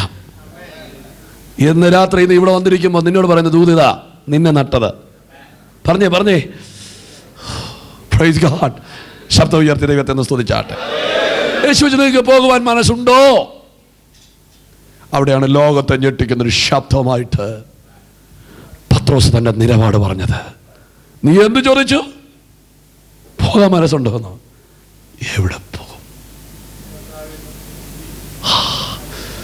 പത്രോസ് ചോദിക്കുകയാണ്, എവിടെ പോകും? എന്നിട്ട് പത്രോസ് തന്റെ നിലപാട് പറഞ്ഞു, നിത്യജീവന്റെ മൊഴികൾ നിന്റെ കയ്യിലല്ലേ ഉള്ളൂ. മിണ്ടുന്നില്ല. നിത്യജീവന്റെ മൊഴികൾ നിന്റെ കയ്യിലല്ലേ ഉള്ളൂ. നിന്നെ വിട്ടാൽ ഞങ്ങൾക്കത് ആര് തരും? ഇവിടെ വീട് തരാൻ എത്ര പേരുണ്ട്? എറണാകുളത്തെ കച്ചിലാണെങ്കിൽ അമ്മ വീട് തരും, പക്ഷെ ജീവൻ തരാൻ പറ്റും? സിമ്പിളായിട്ട്. കേരളത്തിൽ വന്നാൽ ഫ്രീ ആയിട്ട് വീട് പദ്ധതിയുണ്ട്, വീട് കിട്ടും, പക്ഷെ ജീവൻ തരാൻ പറ്റുമോ? ലോകത്തിൽ ആർക്കും തരാൻ പറ്റാത്ത ഒന്നാണ് ജീവൻ. അത് തരാമെന്ന് ഒരുവനേ പറഞ്ഞിട്ടുള്ളൂ. ശബ്ദം ഉയർത്തിയത് ദൈവത്തെ സ്തുതിച്ചാട്ടെ. പത്രോസേ, നീ യേശുവിനെ പിൻഗമിക്കുന്നതിന്റെ ഛേദോ വികാരം എന്താ? ഒരു ശൂന്യമായ പടകമായി നിന്നപ്പോൾ നിന്റെ വല നിറച്ചതിന് നന്ദിയാണോ ഈ നിൽപ്പ്? ആമേൻ. ആഴിയുടെ ആഴത്തിലൂടെ നടന്നു പോയപ്പോൾ നിന്റെ കാൽക്കീഴിലെ വെള്ളത്തെ പാറ പോലെ ഉറപ്പിച്ചതിന്റെ നന്ദിയാണോ ഈ നിൽപ്പ്? നിന്റെ മദറിലേക്ക് പനി വന്നപ്പോൾ തൊട്ട് സൗഖ്യമാക്കിയതിന്റെ നന്ദിയാണോ ഈ നിൽപ്പ്? പത്രോസ് പറയും, ഇതൊന്നുമല്ല ഞാൻ യേശുവിനെ പിൻഗമിക്കുന്നത്. ഇതൊന്നും സംഭവിച്ചില്ലെങ്കിലും ഞാൻ ദൈവത്തെ പിൻപറ്റും. കാരണം ഞാൻ എത്തിക്കേണ്ട സ്ഥലത്ത്, ഞാൻ എത്തേണ്ട സ്ഥലത്ത് എന്നെ എത്തിക്കുവാൻ യേശുവിന് മാത്രമേ. ഒന്ന് കൈകളെ ഉയർത്തി ദൈവത്തെ ഒന്ന് സ്തുതിച്ചേ. എത്തിക്കേണ്ട സ്ഥലത്ത് യേശുവിന് മാത്രമേ പറ്റൂ. അപ്പൊ യേശുവിന്റെ പ്രസംഗം എന്താണ്? നിത്യജീവൻ, ദൈവരാജ്യം. ഇനി മറ്റൊരു ഭാഗത്തേക്ക് വരുന്നു. വേഗത ഓടി വരുന്നു. യേശു ദൈവരാജ്യം പ്രസംഗിച്ചപ്പം ശിഷ്യന്മാരുടെ സംശയം എന്താ? അതിപ്പോ വരും, അവിടെ ആരാ വലുത്? നിങ്ങൾ എന്ത് കേൾക്കുന്നു അതിനകത്തൊരു ഭയങ്കര ആകർഷണമുണ്ട്. ഇപ്പോൾ ഏലിയാവിനെ കാക്കെ കേൾക്കുന്ന തെറ്റല്ല, അത് തന്നെ കേൾക്കുന്നതാണ് തെറ്റ്. കേട്ടില്ല? ഏലിയാവിൻ്റെ കാക്ക കേട്ട പിന്നെ വിഷയം ഏലിയാവിൻ്റെ കാക്കൻ വായിന്ന് അപ്പം ഇറങ്ങിപ്പോകാതിരുന്ന് എന്തുകൊണ്ടാണ്? അപ്പം കാക്ക റിങ്ങിട്ടു. മനസ്സിലായില്ല? അത് പോട്ടെ. സ്തോത്രം. ദാവീദിൻ്റെ 5 കല്ലിനെ കുറിച്ചാണ് കേട്ടെങ്കിൽ പിന്നെ സംശയം മൊത്തം എന്താണ്? എൻ്റെ പൊന്നു പ്രിയപ്പെട്ടവരെ, 5 കല്ലിനകത്ത് വലിയ വെളിപ്പാടൊന്നും മിണ്ടുന്നില്ല. 5 കല്ലിനകത്ത് എന്തല്ല വലിയ വെളിപ്പാടുണ്ടോ? സത്യം പറഞ്ഞ് ഇത്ര കാര്യമുള്ളൂ. തൻ്റെ ദൈവത്തെ കളിയാക്കുന്ന കണ്ടപ്പം പിന്നെ ദാവീദിന് ഒറ്റ വിഷയമുള്ളൂ. അരിശം വന്നു, എങ്ങനെയാലും അവനെ ഒന്ന് വീഴിക്കണം. അപ്പം കയ്യിൽ കല്ല് കിട്ടി. ഞാൻ പറയാറുണ്ട്, അവിടെ മാങ്ങ കടന്നാലും പുള്ളി എടുക്കും. എങ്ങനെയാലും അവനൊന്ന് വീഴിക്കണം, അത്രേ ഉള്ളൂ. നമ്മൾ എന്ത് കേൾക്കുന്നു അതിനൊരു ആകർഷണമുണ്ട്. യേശു ദൈവരാജ്യം പ്രസംഗിച്ചപ്പോൾ ശിഷ്യന്മാർ ചോദിച്ചു, എപ്പോൾ വരും അത്? യേശു ദൈവരാജ്യം പ്രസംഗിച്ച ഒരു അമ്മ വന്ന് യേശുവോട് ചോദിച്ചൊരു ചോദ്യം, ഗുരു എനിക്കൊരു റിക്വസ്റ്റ് ഉണ്ട്. 2 മക്കളുണ്ട് എനിക്ക്. ഒരാളെ ഒന്ന് നിൻ്റെ രാജ്യം സ്ഥാപിക്കുമ്പോൾ ഒന്ന് ഇടത്തും, നിങ്ങൾ മിണ്ടുന്നില്ല, ഒന്ന് വലത്തിരുത്താമോ? ഇങ്ങനെ പ്രാർത്ഥിക്കുന്നൊരു മാതാവ് നമുക്കുണ്ടായിരുന്നെങ്കിൽ. തലമുറയ്ക്ക് വേണ്ടി വേർതിരിക്കേണ്ടത് ലക്ഷങ്ങളുടെ അക്കൗണ്ട് അല്ല. തലമുറയ്ക്ക് വേണ്ടി വേർതിരിക്കേണ്ടത് നിത്യതയിൽ അവരൊന്ന് കാണുവാൻ, സ്തോത്രം ചെയ്യാൻ പറ്റുമെങ്കിൽ ഒന്ന് ദൈവത്തെ സ്തുതിച്ചാട്ടെ. കൈകളെ ഉയർത്തി ഒരിക്കൽ കൂടെ സ്തുതിക്കുക. ഞാൻ അവിടുന്ന് വരുന്നു. യേശുവിൻ്റെ പ്രസംഗം എല്ലാം ശ്രദ്ധിച്ചാൽ ദൈവരാജ്യം, നിത്യജീവൻ. അവിടുന്ന് യേശു വന്നു, ഗതസമനെ എത്തി. സമയം പോകുന്നുണ്ട്, ഞാൻ വേഗം ആ ഭാഗം പൂർത്തീകരിക്കട്ടെ. ഗതസമനെ എത്തി, അവൻ കാൽവറിയിലെത്തി. കാൽവറിയിലെത്തിയപ്പോൾ അവൻ്റെ അപ്പുറത്തും ഇപ്പുറത്തും 2 കള്ളന്മാർ. ഒരു കള്ളൻ യേശുവിനെ നിന്ദിക്കുമ്പോൾ മറ്റൊരു കള്ളൻ ആ കള്ളനെ ശാസിച്ചുകൊണ്ട് പറയുന്നു, ഡോ സമശിക്ഷാവിധിയിലായിട്ടും നീ യേശുവിനെ നിന്ദിക്കുന്നു എന്ന് പറഞ്ഞിട്ട് 2 കരങ്ങളും ആണിയടിക്കപ്പെട്ടവൻ, 2 കാലുകളും തുളയ്ക്കപ്പെട്ടവൻ. സ്തോത്രം. ആ കള്ളൻ യേശുവിൻ്റെ മുഖത്തേക്ക് നോക്കി പറയുന്നൊരു കാര്യമുണ്ട്, യേശുവേ നീ രാജ്യത്വം പ്രാപിക്കുമ്പോൾ എന്നെയും കൂടെ ഒന്ന് ഓർക്കണമേ. സ്തോത്രം പറഞ്ഞില്ല? യേശുവേ നീ രാജ്യത്വം പ്രാപിക്കുമ്പോ എന്നെയും കൂടെ ഓർക്കണമേ. ഇത് കേട്ടുടനെ യേശു പറഞ്ഞ വാക്ക്, ഞാൻ സത്യമായിട്ടും നിന്നോട് പറയുന്നു, ഇന്ന് നീ എന്നോട് കൂടെ. ഇപ്പൊ നമ്മളെല്ലാം ചോദിക്കും, കള്ളന്റെ പ്രാർത്ഥന ദൈവം കേൾക്കുമോ? ഇങ്ങനെ പ്രാർത്ഥിക്കുന്ന കള്ളൻ ഇന്നുകൊണ്ടല്ലേ ദൈവം കേൾക്കും? നിങ്ങൾ മിണ്ടുന്നില്ല, ഒന്ന് ഫ്രീ ആയിട്ട് വന്നേ. ഇങ്ങനെ പ്രാർത്ഥിക്കുന്ന കള്ളൻ, സ്തോത്രം, ആ കള്ളൻ പ്രാർത്ഥന എന്താണ്? യേശു ക്രൂശിൽ കിടക്കുക, യേശുവിന്റെ മുഖത്ത് നോക്കി പറയുക, നീ രാജ്യത്വം പ്രാപിക്കും എന്ന് പറഞ്ഞാൽ നീ ഇവിടെ കൊണ്ട് തീരത്തില്ല. ഈ കുരിശ് കൊണ്ട് നീ തീരത്തില്ല. ഈ മരണം കൊണ്ട് തീരത്തില്ല. ഈ മരണത്തിന് ചാടി എഴുന്നേറ്റിട്ട് നീ പ്രസ്താവിച്ച രാജ്യം നീ സ്ഥാപിക്കും. ആ പറഞ്ഞത് ഒന്ന് ദൈവരാജ്യം. രണ്ടവൻ പറഞ്ഞു, ഞാനും ഈ കുരിശ് കൊണ്ട് തീരത്തില്ല. ഇവിടെ എൻ്റെ ശരീരമേ മരിക്കൂ. മരിക്കാത്ത ഒരാത്മാവുണ്ട്. ആ ആത്മാവിനെ നീ ഒന്ന് ഓർക്കാമോ? നീ രാജ്യത്വം പ്രാപിക്കുമ്പോ, ഓ പ്രിയരെ, മരിക്കാത്തൊരാത്മാവുണ്ട് എൻ്റെ. സ്തോത്രം. ആ ആത്മാവിനെ നീ ഒന്ന് ഓർക്കാമോ? ഇവിടെയോ ഞാൻ കള്ളനായി, അടുത്ത ജീവിതത്തിലെങ്കിലും എനിക്ക് നിന്നോടുകൂടെ ആയിരിക്കണം. അവൻ അവിടെ ചോദിച്ച ദൈവത്തിന് നിത്യജീവനാ. ഇത് ചോദിച്ചോടനെ യേശു പറഞ്ഞു, നിനക്ക് ഞാനൊരു ഉറപ്പ് തരാം, ഇന്ന് നീ എന്നോട് കൂടെ ഇരിക്കും. കാരണം നീ ചോദിച്ചത് എന്താ? രാജ്യവും നീതിയും. കള്ളന്റെ പ്രാർത്ഥന കേൾക്കുമോ? ഇങ്ങനെ പ്രാർത്ഥിക്കുന്ന കള്ളൻ ഇന്നും ഉണ്ടെങ്കിലും കേൾക്കും. അടുത്തൊരു കാര്യം, ഈ കള്ളം പ്രാർത്ഥിച്ച എത്ര പോലും നമ്മൾ പ്രാർത്ഥിക്കാറ് വേണ്ടുന്നില്ല. ഈ കള്ളം പ്രാർത്ഥിച്ച എത്രത്തോളം നമ്മൾ എന്ത് ചെയ്യാറില്ല. ഞാൻ എപ്പോഴും പറയുന്ന ഇങ്ങനെയാണ്, ഉൽപ്പത്തി മുതൽ വെളിപ്പാട് വരെയുള്ള റെവലേഷൻ ഒന്നും നമുക്കില്ലെങ്കിലും അറ്റ്ലീസ്റ്റ് ഒരു കള്ളൻ്റെ വെളിപ്പാടുണ്ടെങ്കിൽ നമ്മൾ രക്ഷപ്പെട്ടു പോകാം. നിങ്ങൾ വേണ്ടിയില്ല എന്നോട്. അറ്റ്ലീസ്റ്റ് ഒരു കള്ളൻ്റെ വെളിപ്പാടുണ്ടെങ്കിൽ എന്ത് ചെയ്യാം? രക്ഷപ്പെടാം. അടുത്ത രസം, ഈ കള്ളൻ്റെ വെളിപ്പാട് പോലും നമുക്ക് ഇല്ല. നമ്മുടെ കാര്യം പോട്ടെ, യേശുവിൻ്റെ കൂടെ നടന്നവർക്കില്ലായിരുന്നത്. അതുകൊണ്ട് പറഞ്ഞ നിർത്താം. യേശു മരിച്ച 3-ാം ദിവസം മറിയ യേശുവിൻ്റെ ശവത്തെ പൂശുവാൻ കല്ലറയിൽ സുഗന്ധവർഗമായി പോയി, അല്ലേ? നമ്മളത് കാര്യം പറഞ്ഞ് വളരെ സന്തോഷിക്കാറുണ്ട്. സത്യം പറഞ്ഞാൽ ഈ മറിയ കാണിച്ച് ശരിയാണോ? നിങ്ങൾ മിണ്ടുന്നില്ല. എൻ്റെ കൂടെ ഒന്ന് വന്നാലേ അതിൻ്റെ ഒരു മനോഹരത മനസ്സിലാകത്തുള്ളൂ. ഈ മറിയ കാണിച്ച് ശരിയാണോ? യേശുവിൻ്റെ ശവത്തെ പൂശാൻ എന്തുകൊണ്ട് പോയി? അവൾ അന്ന് രാവിലെ ഒരു ഗ്ലാസ് ബെഡ് കോഫി കൊണ്ട് പോകുമായിരുന്നെങ്കിൽ അവളെ ഓർത്ത് സ്തോത്രം ചെയ്തേനാം. നിങ്ങൾ വരുന്നില്ലേ? ഈ യേശു ജീവിച്ചിരുന്നപ്പോൾ എത്ര പ്രാവശ്യം പറഞ്ഞതാ ഈ മന്ദിരം പൊളിപ്പി, 3 ദിവസം കൊണ്ട് ഞാൻ പണിയാം. ജീവിച്ചിരുന്നപ്പോൾ എത്ര പ്രാവശ്യം പറഞ്ഞതാ യോന മത്സ്യത്തിൻ്റെ വയറ്റിരുന്ന പോലെ മനുഷ്യപുത്രൻ ഭൂമിയുടെ അടിയിൽ ഇരിക്കുമെന്ന്, 3-ാം ദിവസം പുറത്തു വരുമെന്നും. യേശു ജീവിച്ചപ്പോൾ എത്ര പ്രാവശ്യം പറഞ്ഞതാ മനുഷ്യപുത്രനെ അധർമ്മികളാൽ അടിക്കപ്പെടുകയും അവരെ കൊല്ലുകയും അവർ 3-ാം നാൾ ഉയർത്തെഴുന്നേൽക്കുകയും ചെയ്യുമെന്ന്. ഈ മറിയ ഇത് കേട്ടെങ്കിൽ ഈ പോക്ക് പോകുമോ? കേട്ടില്ല. ഈ മറിയ യേശുവിനോട് അപ്പവും വീഞ്ഞും തിന്ന് നടന്നല്ലാതെ യേശു പറഞ്ഞ് എന്തെങ്കിലും കേട്ടോ? വന്നില്ല. അപ്പൊ യേശുവിന്റെ ഉയർത്തെഴുന്നേൽപ്പ് മറിയ എന്ത് ചെയ്തില്ല? വിശ്വസിച്ചില്ല. ഈ മറിയ ഓടിച്ചെന്ന് പത്രോസിനോട് യോനയോട് പറഞ്ഞു. ഇവന്മാരിത് കേട്ടപ്പോൾ അതിനെക്കാട്ടിൽ ഓട്ടം വന്നില്ല. പത്രോസ് യോഹന്നാൻ ഇത് കേട്ടപ്പോൾ എന്ത് ചെയ്തു? അപ്പൊ അവന്മാരും ഇത് വിശ്വസിച്ചോ?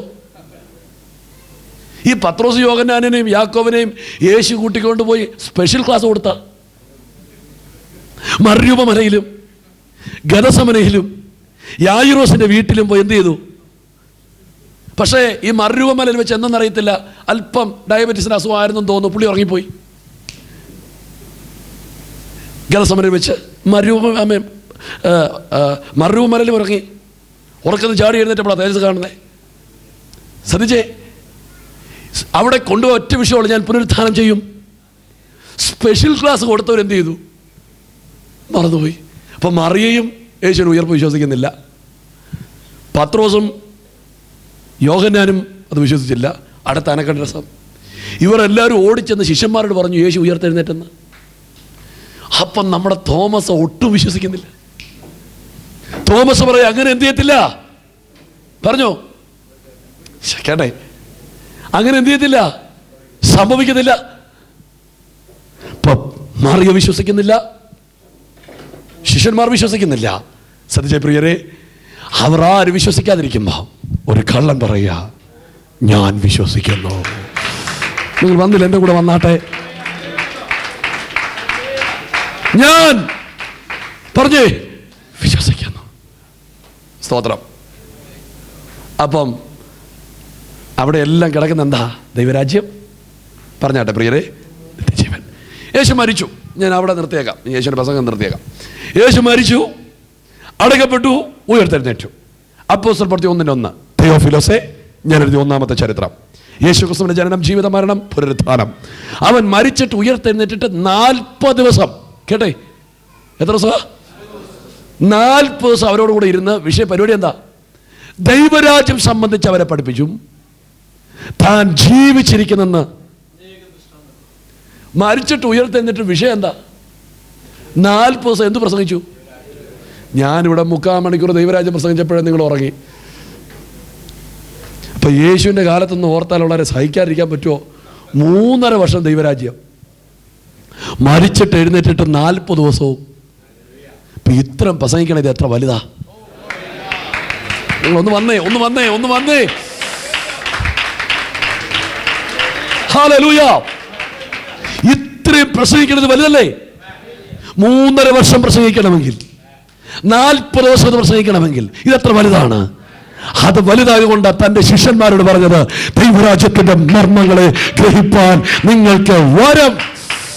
ഒന്ന് ചേർത്ത് ദൈവത്തെ സ്തുതിക്കുക. ചേർന്ന് ദൈവത്തെ സ്തുതിക്കുക. ഒരിക്കൽ കൂടി ദൈവത്തെ സ്തുതിക്കുക. ദൈവരാജ്യത്തിന്റെ മർമ്മങ്ങളെ ഗ്രഹിപ്പാൻ നിങ്ങൾക്ക് ലഭിച്ചിരിക്കും. ഇനി ഞാൻ ഇവിടെ നിർത്തുക. ഇപ്പൊ യേശുവിന്റെ പ്രസംഗം എന്താണ്? ദൈവരാജ്യം. എബ്രായ ലേഖനം 1:1 ദൈവം പണ്ട് ഭാഗം വിവിധമായും പിതാക്കന്മാരോട് അരുളി ചെയ്ത് ഇത് തന്നെയല്ലേ. അവിടെ നിർത്താം. അബ്രഹാമിനെ വിളിച്ചപ്പോൾ എന്താ പറഞ്ഞേ? നീ സ്വജനത്തെയും പിതൃഭവനത്തെയും വിട്ട് ഞാൻ കാണിപ്പാനിരിക്കുന്ന ദേശം. വിളി എന്താ? പറവേ അബ്രഹാമിന്റെ വിളി എന്താ? ഒന്ന് ഉറക്കെ.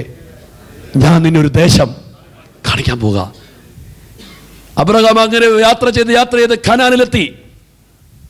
ഒരു വീടിന് അടിസ്ഥാനം ഇടുവാൻ വേണ്ടി അടിസ്ഥാനം ഇട്ടപ്പോൾ പുറത്തൊരു തട്ട്, എന്നിട്ടൊരു വിളി. അബ്രഹാം വിളി ചോദിച്ചു, എന്താ? ഞാൻ നിന്നെ വിളിച്ചപ്പം പറഞ്ഞില്ലേ ഒരു ദേശം കാണിക്കാമെന്ന്. ഉടനെ അബ്രഹാം ചോദിക്കുക, ഇതല്ലേ ദേശം? ഉടനെ ദൈവം ചോദിക്കുക, ഇത് കാണിക്കാൻ വേണ്ടി നീ എന്തിനാ അവിടെ നിന്ന് ഇവിടെ വരെ വന്നേ? പിന്നെ ഏതാ ദേശം? സമയമായി. ഇങ്ങോട്ടൊന്ന് നോക്കിക്കേ. എബ്രായർ 11:10 അവൻ കണ്ണുയർത്തി നോക്കിയപ്പോൾ ദൈവം ശില്പിയായി നിർമ്മിച്ചതും. പോരാ കേട്ടെ.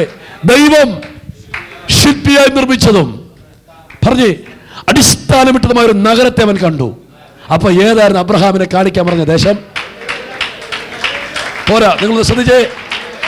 ഏതാ? ദൈവം ശില്പിയായി നിർമ്മിച്ചതും. അപ്പം ദൈവം പിതാക്കന്മാരോട് ഇത് പറഞ്ഞോ? പറഞ്ഞു.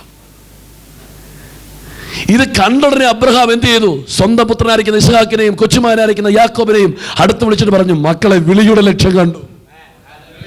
രണ്ടുപേരെ അടുത്ത നിർത്തിൽ പറഞ്ഞു, എന്നെ വിളിച്ചപ്പോൾ ഒരു ദേശം കാണിക്കാമെന്ന് പറഞ്ഞു. വാഗ്ദത്ത സന്തതിയായ ഇസ്ഹാക്കിനോടും യാക്കോബിനോടും ചേർന്ന് അവർ കൂടാരത്തിൽ പാർത്തു. ദൈവം ശില്പിയായി നിർമ്മിച്ചതും അടിസ്ഥാനമിട്ടതുമായ നഗരത്തിൽ പാർത്തു. സ്തോത്രം പറയാൻ പറ്റുമോ? അബ്രഹാമേ, നീ എന്തിനാ കൂടാരത്തിൽ പാർക്കുന്നേ? ഇസ്ഹാക്കേ, നീ എന്തിനാ കൂടാരത്തിൽ പാർക്കുന്നേ? യാക്കോബേ, നീ എന്തിനാ കൂടാരത്തിൽ പാർക്കുന്നേ? അവൻ പറയും, ഞാൻ കണ്ടിട്ടുണ്ടെന്ന്. അത് മറ്റൊന്നുമല്ല, താതന്റെ കൈകളിൽ നിർമ്മിക്കപ്പെട്ട ഒരു നഗരത്തെ ഞാൻ കണ്ടിട്ടുണ്ട്. പോരാ. ആ കൈകളൊന്ന് ഉയർത്തി ദൈവത്തെ സ്തുതിക്കുക. ആ കൈകളൊന്ന് അടിച്ച് ദൈവത്തെ സ്തുതിക്കുക. ദൈവം അത് പറഞ്ഞില്ലേ? പറഞ്ഞു. ഞാൻ പടപടാന്നൊക്കെ പറഞ്ഞു നിർത്താം. ആമേൻ. ഒരിക്കൽ യാക്കോബ് ഫറവോന്റെ കൊട്ടാരത്തിലെത്തി. എന്തിനാ യാക്കോബ് ഫറവോന്റെ കൊട്ടാരത്തിലെത്തിയത്? ഒറ്റ കാര്യത്തിന് മാത്രം. സ്തോത്രം. ഫറവോനെ ഒന്ന് അനുഗ്രഹിക്കണം. അവനൊരു അനുഗ്രഹത്തിന് കുറവുണ്ട്. കേട്ടില്ല. ഫറവോന് പണമുണ്ട്, പക്ഷെ അവൻ എന്തില്ല. അപ്പം പണമാണോ അനുഗ്രഹം? ഫറവോനെ അനുഗ്രഹിക്കാൻ എവിടെ ചെന്നു? യാക്കോബ് ഫറവോന്റെ കൊട്ടാരത്തിൽ ചെന്ന്, യാക്കോബേ, നിനക്ക് എവിടെ നിന്ന് കിട്ടിയത്? എനിക്കിത് കിട്ടിയൊരു സ്ഥലമുണ്ട്, യാബോക്കിൽ വെച്ച് കിട്ടിയതാ ഈ അനുഗ്രഹം. ഈ അനുഗ്രഹം അവന്റെ മേലൊന്ന് വെക്കാൻ ഞാൻ പോകുകയാ. അവിടെ ചെന്നപ്പോൾ യാക്കോബിനോട് ഫറവോനൊരു ചോദ്യം, യാക്കോബേ, എത്ര വയസ്സായി? ഉടനെ യാക്കോബിന്റെ മറുപടി ഞാൻ കണ്ണുനീരോടെ ഓർക്കുന്നൊരു ഭാഗമുണ്ടത്. സ്തോത്രം. യാക്കോബ് പറയുക, എന്റെ പരദേശ പ്രയാണം. കേട്ടില്ല. എന്റെ 130 ഞാൻ സ്വദേശത്തേക്ക് പോവാന്ന്. അപ്പൊ എന്താ എന്റെ അർത്ഥം? ഇത് പരദേശമാ. ഇവിടെ ഞാൻ 130 വർഷമായി. എനിക്കൊരു സ്വദേശമുണ്ട്. പോരാ. അപ്പൊ അവന്റെ അകത്ത് ഈ രാജ്യത്തിന്റെ വെളിപ്പാടുണ്ടോ? സ്തോത്രം. ഹല്ലേലൂയ. ദൈവം പിതാക്കന്മാരോട് പറഞ്ഞില്ലേ? അത് പറഞ്ഞു. ശരീരത്തെ കേറുന്ന പുഴു തിന്നിട്ടിറങ്ങുമ്പം വീണ്ടും എടുത്ത് ശരീരത്തിലേക്ക് വെക്കുന്ന ഇയ്യോബ് പറയുക, നീ തിന്നോ, പക്ഷെ നിനക്ക് തിന്നാൻ പറ്റാത്തൊരു ശരീരം എനിക്കുണ്ട്. എന്റെ ദേഹം രോഗത്താൽ ക്ഷയിച്ചാലും ഞാൻ ദേഹസഹിതനായി അവനെ കാണും, അന്യൻ അല്ല. അപ്പൊ അവന്റെ അകത്തും ഒരു പുതു ശരീരത്തിന്റെ വെളിപ്പാടില്ലേ? ദൈവം പറഞ്ഞു കൊടുത്തോ? പറഞ്ഞേ പ്രിയരെ. നിങ്ങൾ അടുത്തൊരു മർമ്മം ശ്രദ്ധിച്ചേ. ദാവീദിന്റെ അകത്ത് ഇതുണ്ടായിരുന്നോ? ദാവീദ് പറഞ്ഞു, സ്തോത്രം, ഉറച്ചു നിന്നാൽ ഒരു ശ്വാസം. ഏത് മനുഷ്യന് പുല്ല്, ഇന്ന് കണ്ട നാളെ വാടുന്ന പൂവ്. മനുഷ്യന്റെ ജീവിതത്തെക്കുറിച്ച് പറയാ, ചാഞ്ഞു പോകുന്ന മതിൽ. ഇത് പറഞ്ഞവൻ 23 സങ്കീർത്തനത്തിൽ പറയാ, ഞാൻ അവന്റെ ആലയത്തിൽ ദീർഘകാലം. അപ്പൊ ചാഞ്ഞു പോകുന്ന ഒരു മതിലും ദീർഘകാലം ഒന്ന് രണ്ട് ജീവിതം പറയുന്നില്ലേ? അപ്പം ഈ വെളിപ്പാട് അവന്റെ അകത്തില്ലേ? അതുകൊണ്ടല്ല അവൻ 15-ാം സങ്കീർത്തനം എഴുതുന്നത്, യഹോവേ നിന്റെ കൂടാരത്തിൽ ആർ പാർക്കും, യഹോവേ നിന്റെ വിശുദ്ധ മന്ദിരത്തിൽ ആർ വസിക്കും. ഏതാ കൂടാരം? അവൻ വെളിപ്പാട് 21-ൽ പറയുന്നു, ഇതാ മനുഷ്യരോടുകൂടെ ദൈവത്തിന്റെ കൂടാരം.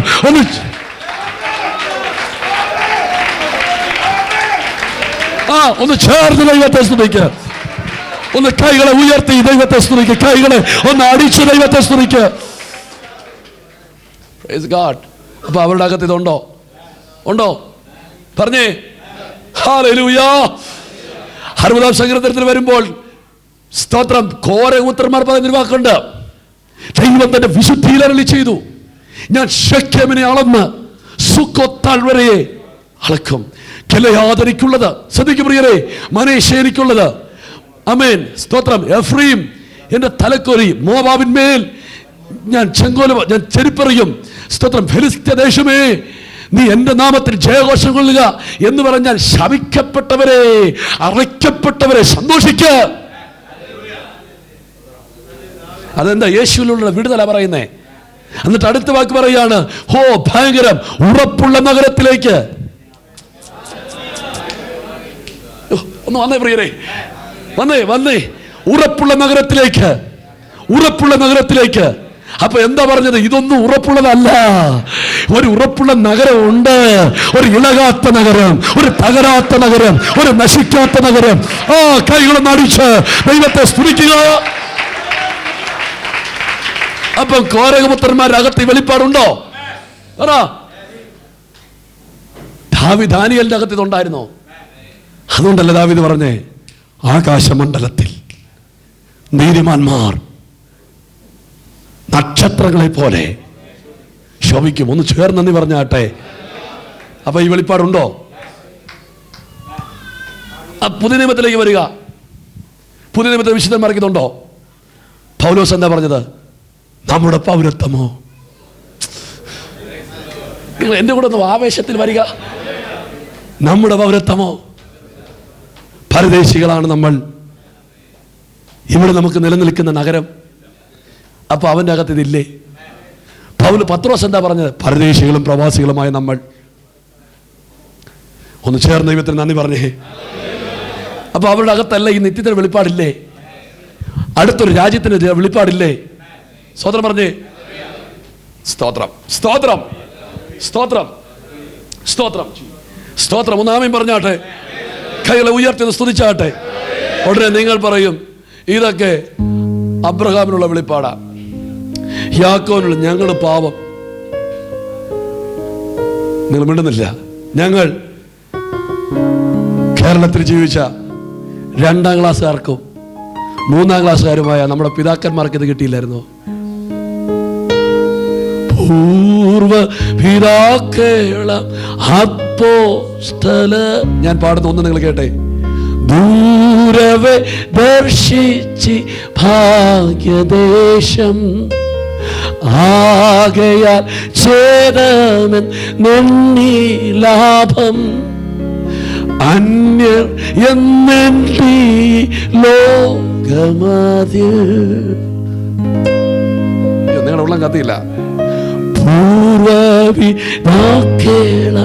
അപ്പോസ്തല ദൂരവേദ ഭാഗ്യദേശം ആകയാൽ ഛേദമൻ നെണ്ണി ലാഭം അന്യേരൻ നെണ്ണി ലോകമ. ഇങ്ങനെ എഴുതണമെങ്കിൽ അവരുടെ അകത്ത് ഇതുണ്ടോ? നിങ്ങൾ മിണ്ടുന്നില്ല. വാനവസേന ഗാനം പാടി വാണിടുന്ന സ്വർഗസിയോ. വാനസേന ഗാനം പാടി വാണിടുന്ന സ്വർഗസിയോ. ധ്യാനിച്ചിടും നേരമെൻ്റെ മനസ്സമ്മോ പേടിച്ചിരിക്കുകയാണോ? ഇങ്ങനെ പാടണമെങ്കിൽ അവരുടെ അകത്ത് ഇതുണ്ടോ? ഒന്ന് വേഗം നാം ചേർന്നിടും. എനിക്കറിയാം നിങ്ങൾ മിണ്ടാത്ത തന്നെ ഭംഗിയേറിയ ഈ പാട്ട് എഴുതിയത് അന്നമ്മ മാമൻ എന്ന് പറഞ്ഞ സഹോദരിയ, ഒരു പരിഭാഷയായിട്ട്. ഈ പാട്ട് എഴുതിയത് അന്നമ്മ മാമൻ മരിച്ച് പെട്ടിക്കകത്തിരുന്നപ്പം ജീവൻ വെച്ചു. ഒരു പേന തരാൻ പറഞ്ഞു. അപ്പം ചാടി എഴുന്നേറ്റ് എഴുതിയ പാട്ടല്ല ഇത്. 18-ാമത്തെ വയസ്സിൽ കർത്താവിനെ കണ്ടു, വീട്ടിൽ നിന്ന് ഇറക്കി വിട്ടു, റബ്ബറിൻ തോട്ടത്തിലും കപ്പക്കാലിലും ജീവിച്ചു. ആ നിറ യൗവനത്തിൽ മടങ്ങിപ്പോകാതിരുന്നത് അവൾ കണ്ടൊരു കാഴ്ചയുണ്ട്. ശോഭയേറുന്നൊരു നാടുണ്ട്. സ്തോത്രം പറയാൻ പറ്റുമോ? നിങ്ങൾക്ക് മനസ്സിലാകുന്നുണ്ടോ? അവരൊക്കെ ഇത് കണ്ടിരുന്നു. പേർവിളിക്കും നേരം കാണും, പേർവിളിക്കും നേരം കാണും, പേർവിളിക്കും നേരം കാണും, പേർവിളിക്കും നേരം കാണും.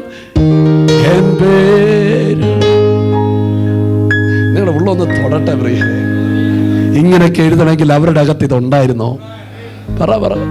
നമ്മളിവിടെ നിന്നുകൊണ്ട് ചെങ്കടൽ മാറ്റിക്കൊണ്ടിരിക്കുക, നമ്മളിവിടെ നിന്ന് എരിഹോവിനെ ഒടിച്ചോണ്ടിരിക്കുക, നമ്മളിവിടെ നിന്നുകൊണ്ട് മിസ്രൈമിനെ തകർത്തോണ്ടിരിക്കുക. പക്ഷെ വിശുദ്ധന്മാർ അക്കരെ നാട്ടിലെത്തി. ഉണ്ടെന്നല്ല നിങ്ങൾ? ഒന്ന് സ്തോത്രം ചെയ്യാൻ പറ്റുമോ? ഈ ദർശനം അവർക്കില്ലെങ്കിൽ അവരിങ്ങനെ എഴുതുവോ? നിർത്തുന്നില്ല. ഞാനൊരു കുറച്ചു നേരം പറഞ്ഞിട്ടേ നിർത്തുള്ളൂ. നമ്മുടെ പിതാക്കന്മാരുടെ അകത്ത് ഇത് കത്തിയത് എത്ര ഭയങ്കരമാ. എനിക്കായി മുറിവേറ്റതാ ആത്മൂഹം മുത്തു. നിങ്ങളൊന്ന് ചേർന്നേ. വെള്ളത്തിനാ കേഴുന്ന വേഴാമ്പൽ പോ വാഞ്ചിക്കും. ഇങ്ങനെയൊക്കെ എഴുതണമെങ്കിൽ അവരുടെ അകത്ത് ഇതുണ്ടോ? ഉണ്ടോ? അത് അടുത്ത വരി കേട്ടോ. സൂര്യചന്ദ്ര ധാരങ്ങളെ കടന്നു സ്വർഗനാട്ടിൽ പാലുക്കുന്ന നീതിരേ ജീവവൃക്ഷത്തിൻ തണലിൽ സ്വന്തം വീട്ടിൽ എത്തുവാൻ കൊതിച്ചിടും.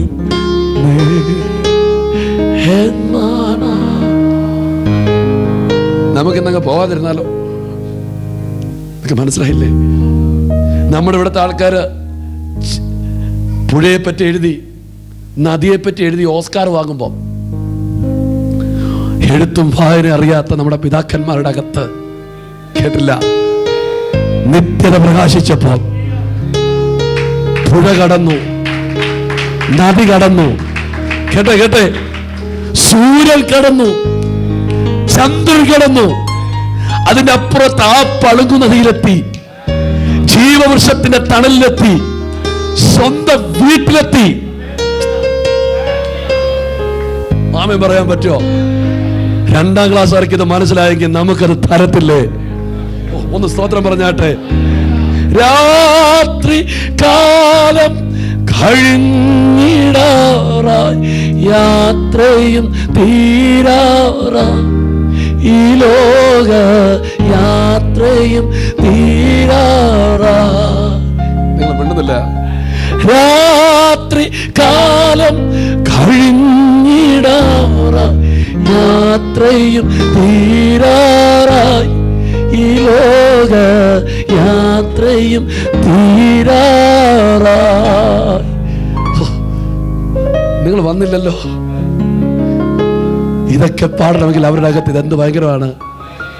എന്നു നീ വന്നിടും എൻ്റെ മണവാള, നിന്നെ കണ്ടു ഞാൻ എൻ്റെ ആശ തീർക്കുവാൻ, ഞാൻ എൻ്റെ ആശ തീർക്കുവാൻ. ഞാൻ പറഞ്ഞത് ഒരു കാലഘട്ടത്തിൽ ദൈവത്തിൻ്റെ കൂടെ നടന്നവർ പാടിയ പാട്ട്. അതൊക്കെ നിങ്ങൾ മിണ്ടുന്നില്ല. ഞാൻ ഏകദേശം 100-ലധികം പാട്ടുകൾ എഴുതിയിട്ടുണ്ട്, നിങ്ങൾക്കറിയാം. 100-ലധികം പാട്ടുകൾ എഴുതിയിട്ടുണ്ട്. താതൻ്റെ മാർവല്ലേ ആരാധന, അതിൻ്റെ ഒരു CD ഇവിടെ ഉണ്ട്. നിങ്ങൾ ദയവ് ചെയ്തത് വാങ്ങണം. കർത്താവിൻ്റെ രാജ്യത്തിന് അതൊരു സഹായമായിരിക്കും. ഇവിടെ പ്രിയ മഞ്ജു ബ്രദറിൻ്റെ കയ്യിൽ അതുണ്ട്. പക്ഷേ ഞാൻ പറഞ്ഞു വന്ന വാക്ക്, എൻ്റെ ഈ 100 പാട്ടെടുത്ത് വെച്ചിട്ടും പിതാക്കന്മാരുടെ പാട്ടിൻ്റെ ഒരു വരി എടുത്ത് വെച്ചാൽ എൻ്റെ പാട്ടൊന്നും അല്ലാതാവും. നിങ്ങൾ മിണ്ടുന്നില്ല. കേട്ടില്ല. എൻ്റെ 100 പാട്ടെടുത്ത് വെച്ചിട്ടും പിതാക്കന്മാരുടെ പാട്ടിൻ്റെ ഒരു വരി എടുത്ത് വെച്ചാൽ എൻ്റെ പാട്ടൊന്നുമില്ലാതാകും. ലഭിക്കും നിശ്ചയം എൻ വിരുദ്ധനിക്ക് ശത്രുക്കൾ ആരുമേ കൊണ്ടുപോയില്ല.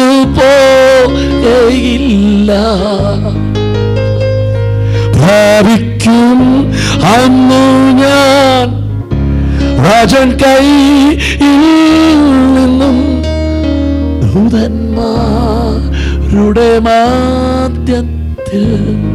നിങ്ങൾക്ക് ആവശ്യം വന്നില്ലേ? ഇങ്ങനെയൊക്കെ എഴുതങ്ങളിൽ അവരുടെ അകത്ത് കയറിയ നിത്യത എന്ത് ഭയങ്കരമാ. സ്വതന്ത്രം പറഞ്ഞേ. മറ്റൊരു വിശുദ്ധൻ പറഞ്ഞു, ദൂതസംഘം ആകവേ എതിരേൽക്കുവാൻ സദസന്നദ്ധര. ആ വരികളൊക്കെ ഒന്ന് ചേർന്ന്, നീടുന്നേ ശുഭ്ര വസ്ത്രധാരിയ എൻ്റെ പ്രിയന്റെ മുൻപിൽ ഹല്ലേലൂയ. അടുത്ത വരി കേട്ടോ. കൈകളാൽ തീർക്കപ്പെടാത്തതാ. ഒന്ന് ചേർന്ന്, പുതുശാലേ നഗരമാതി സർവകാലം ഞാൻ മണവാട്ടിയ പരനോടു കൂടെ വാഴും ദൂതസംഘം ആകവേ എന്നെ എതിരേൽക്കുവാൻ സദസന്നദ്ധരായും നീടുന്നേ ശുഭ്ര വസ്ത്രധ എന്നെ. ഹല്ലേലൂയ. ഇങ്ങനെ പാടണമെങ്കിൽ അവരുടെ അകത്ത് നിത്യത ഉണ്ടോ? പറഞ്ഞേ ഉണ്ടോ? ദൈവം ഇത് കൊടുത്തോ? ഇത് മനുഷ്യന് കൊടുക്കാൻ പറ്റുമോ? ഞാൻ എപ്പോഴും ഞെട്ടലോട് പാടുന്ന ഒരു പാട്ടുണ്ട്. നിങ്ങൾ പാടുന്നുണ്ടോ എന്ന് എനിക്കറിയത്തില്ല. പാടാതിരിക്കാൻ പറ്റില്ല. അതൊക്കെ കാലമെല്ലാം കഴിയും, ഇന്ന് കാലമെല്ലാം അഴിയും. നമ്മൾ വാക്കുകൾ കേട്ടെ.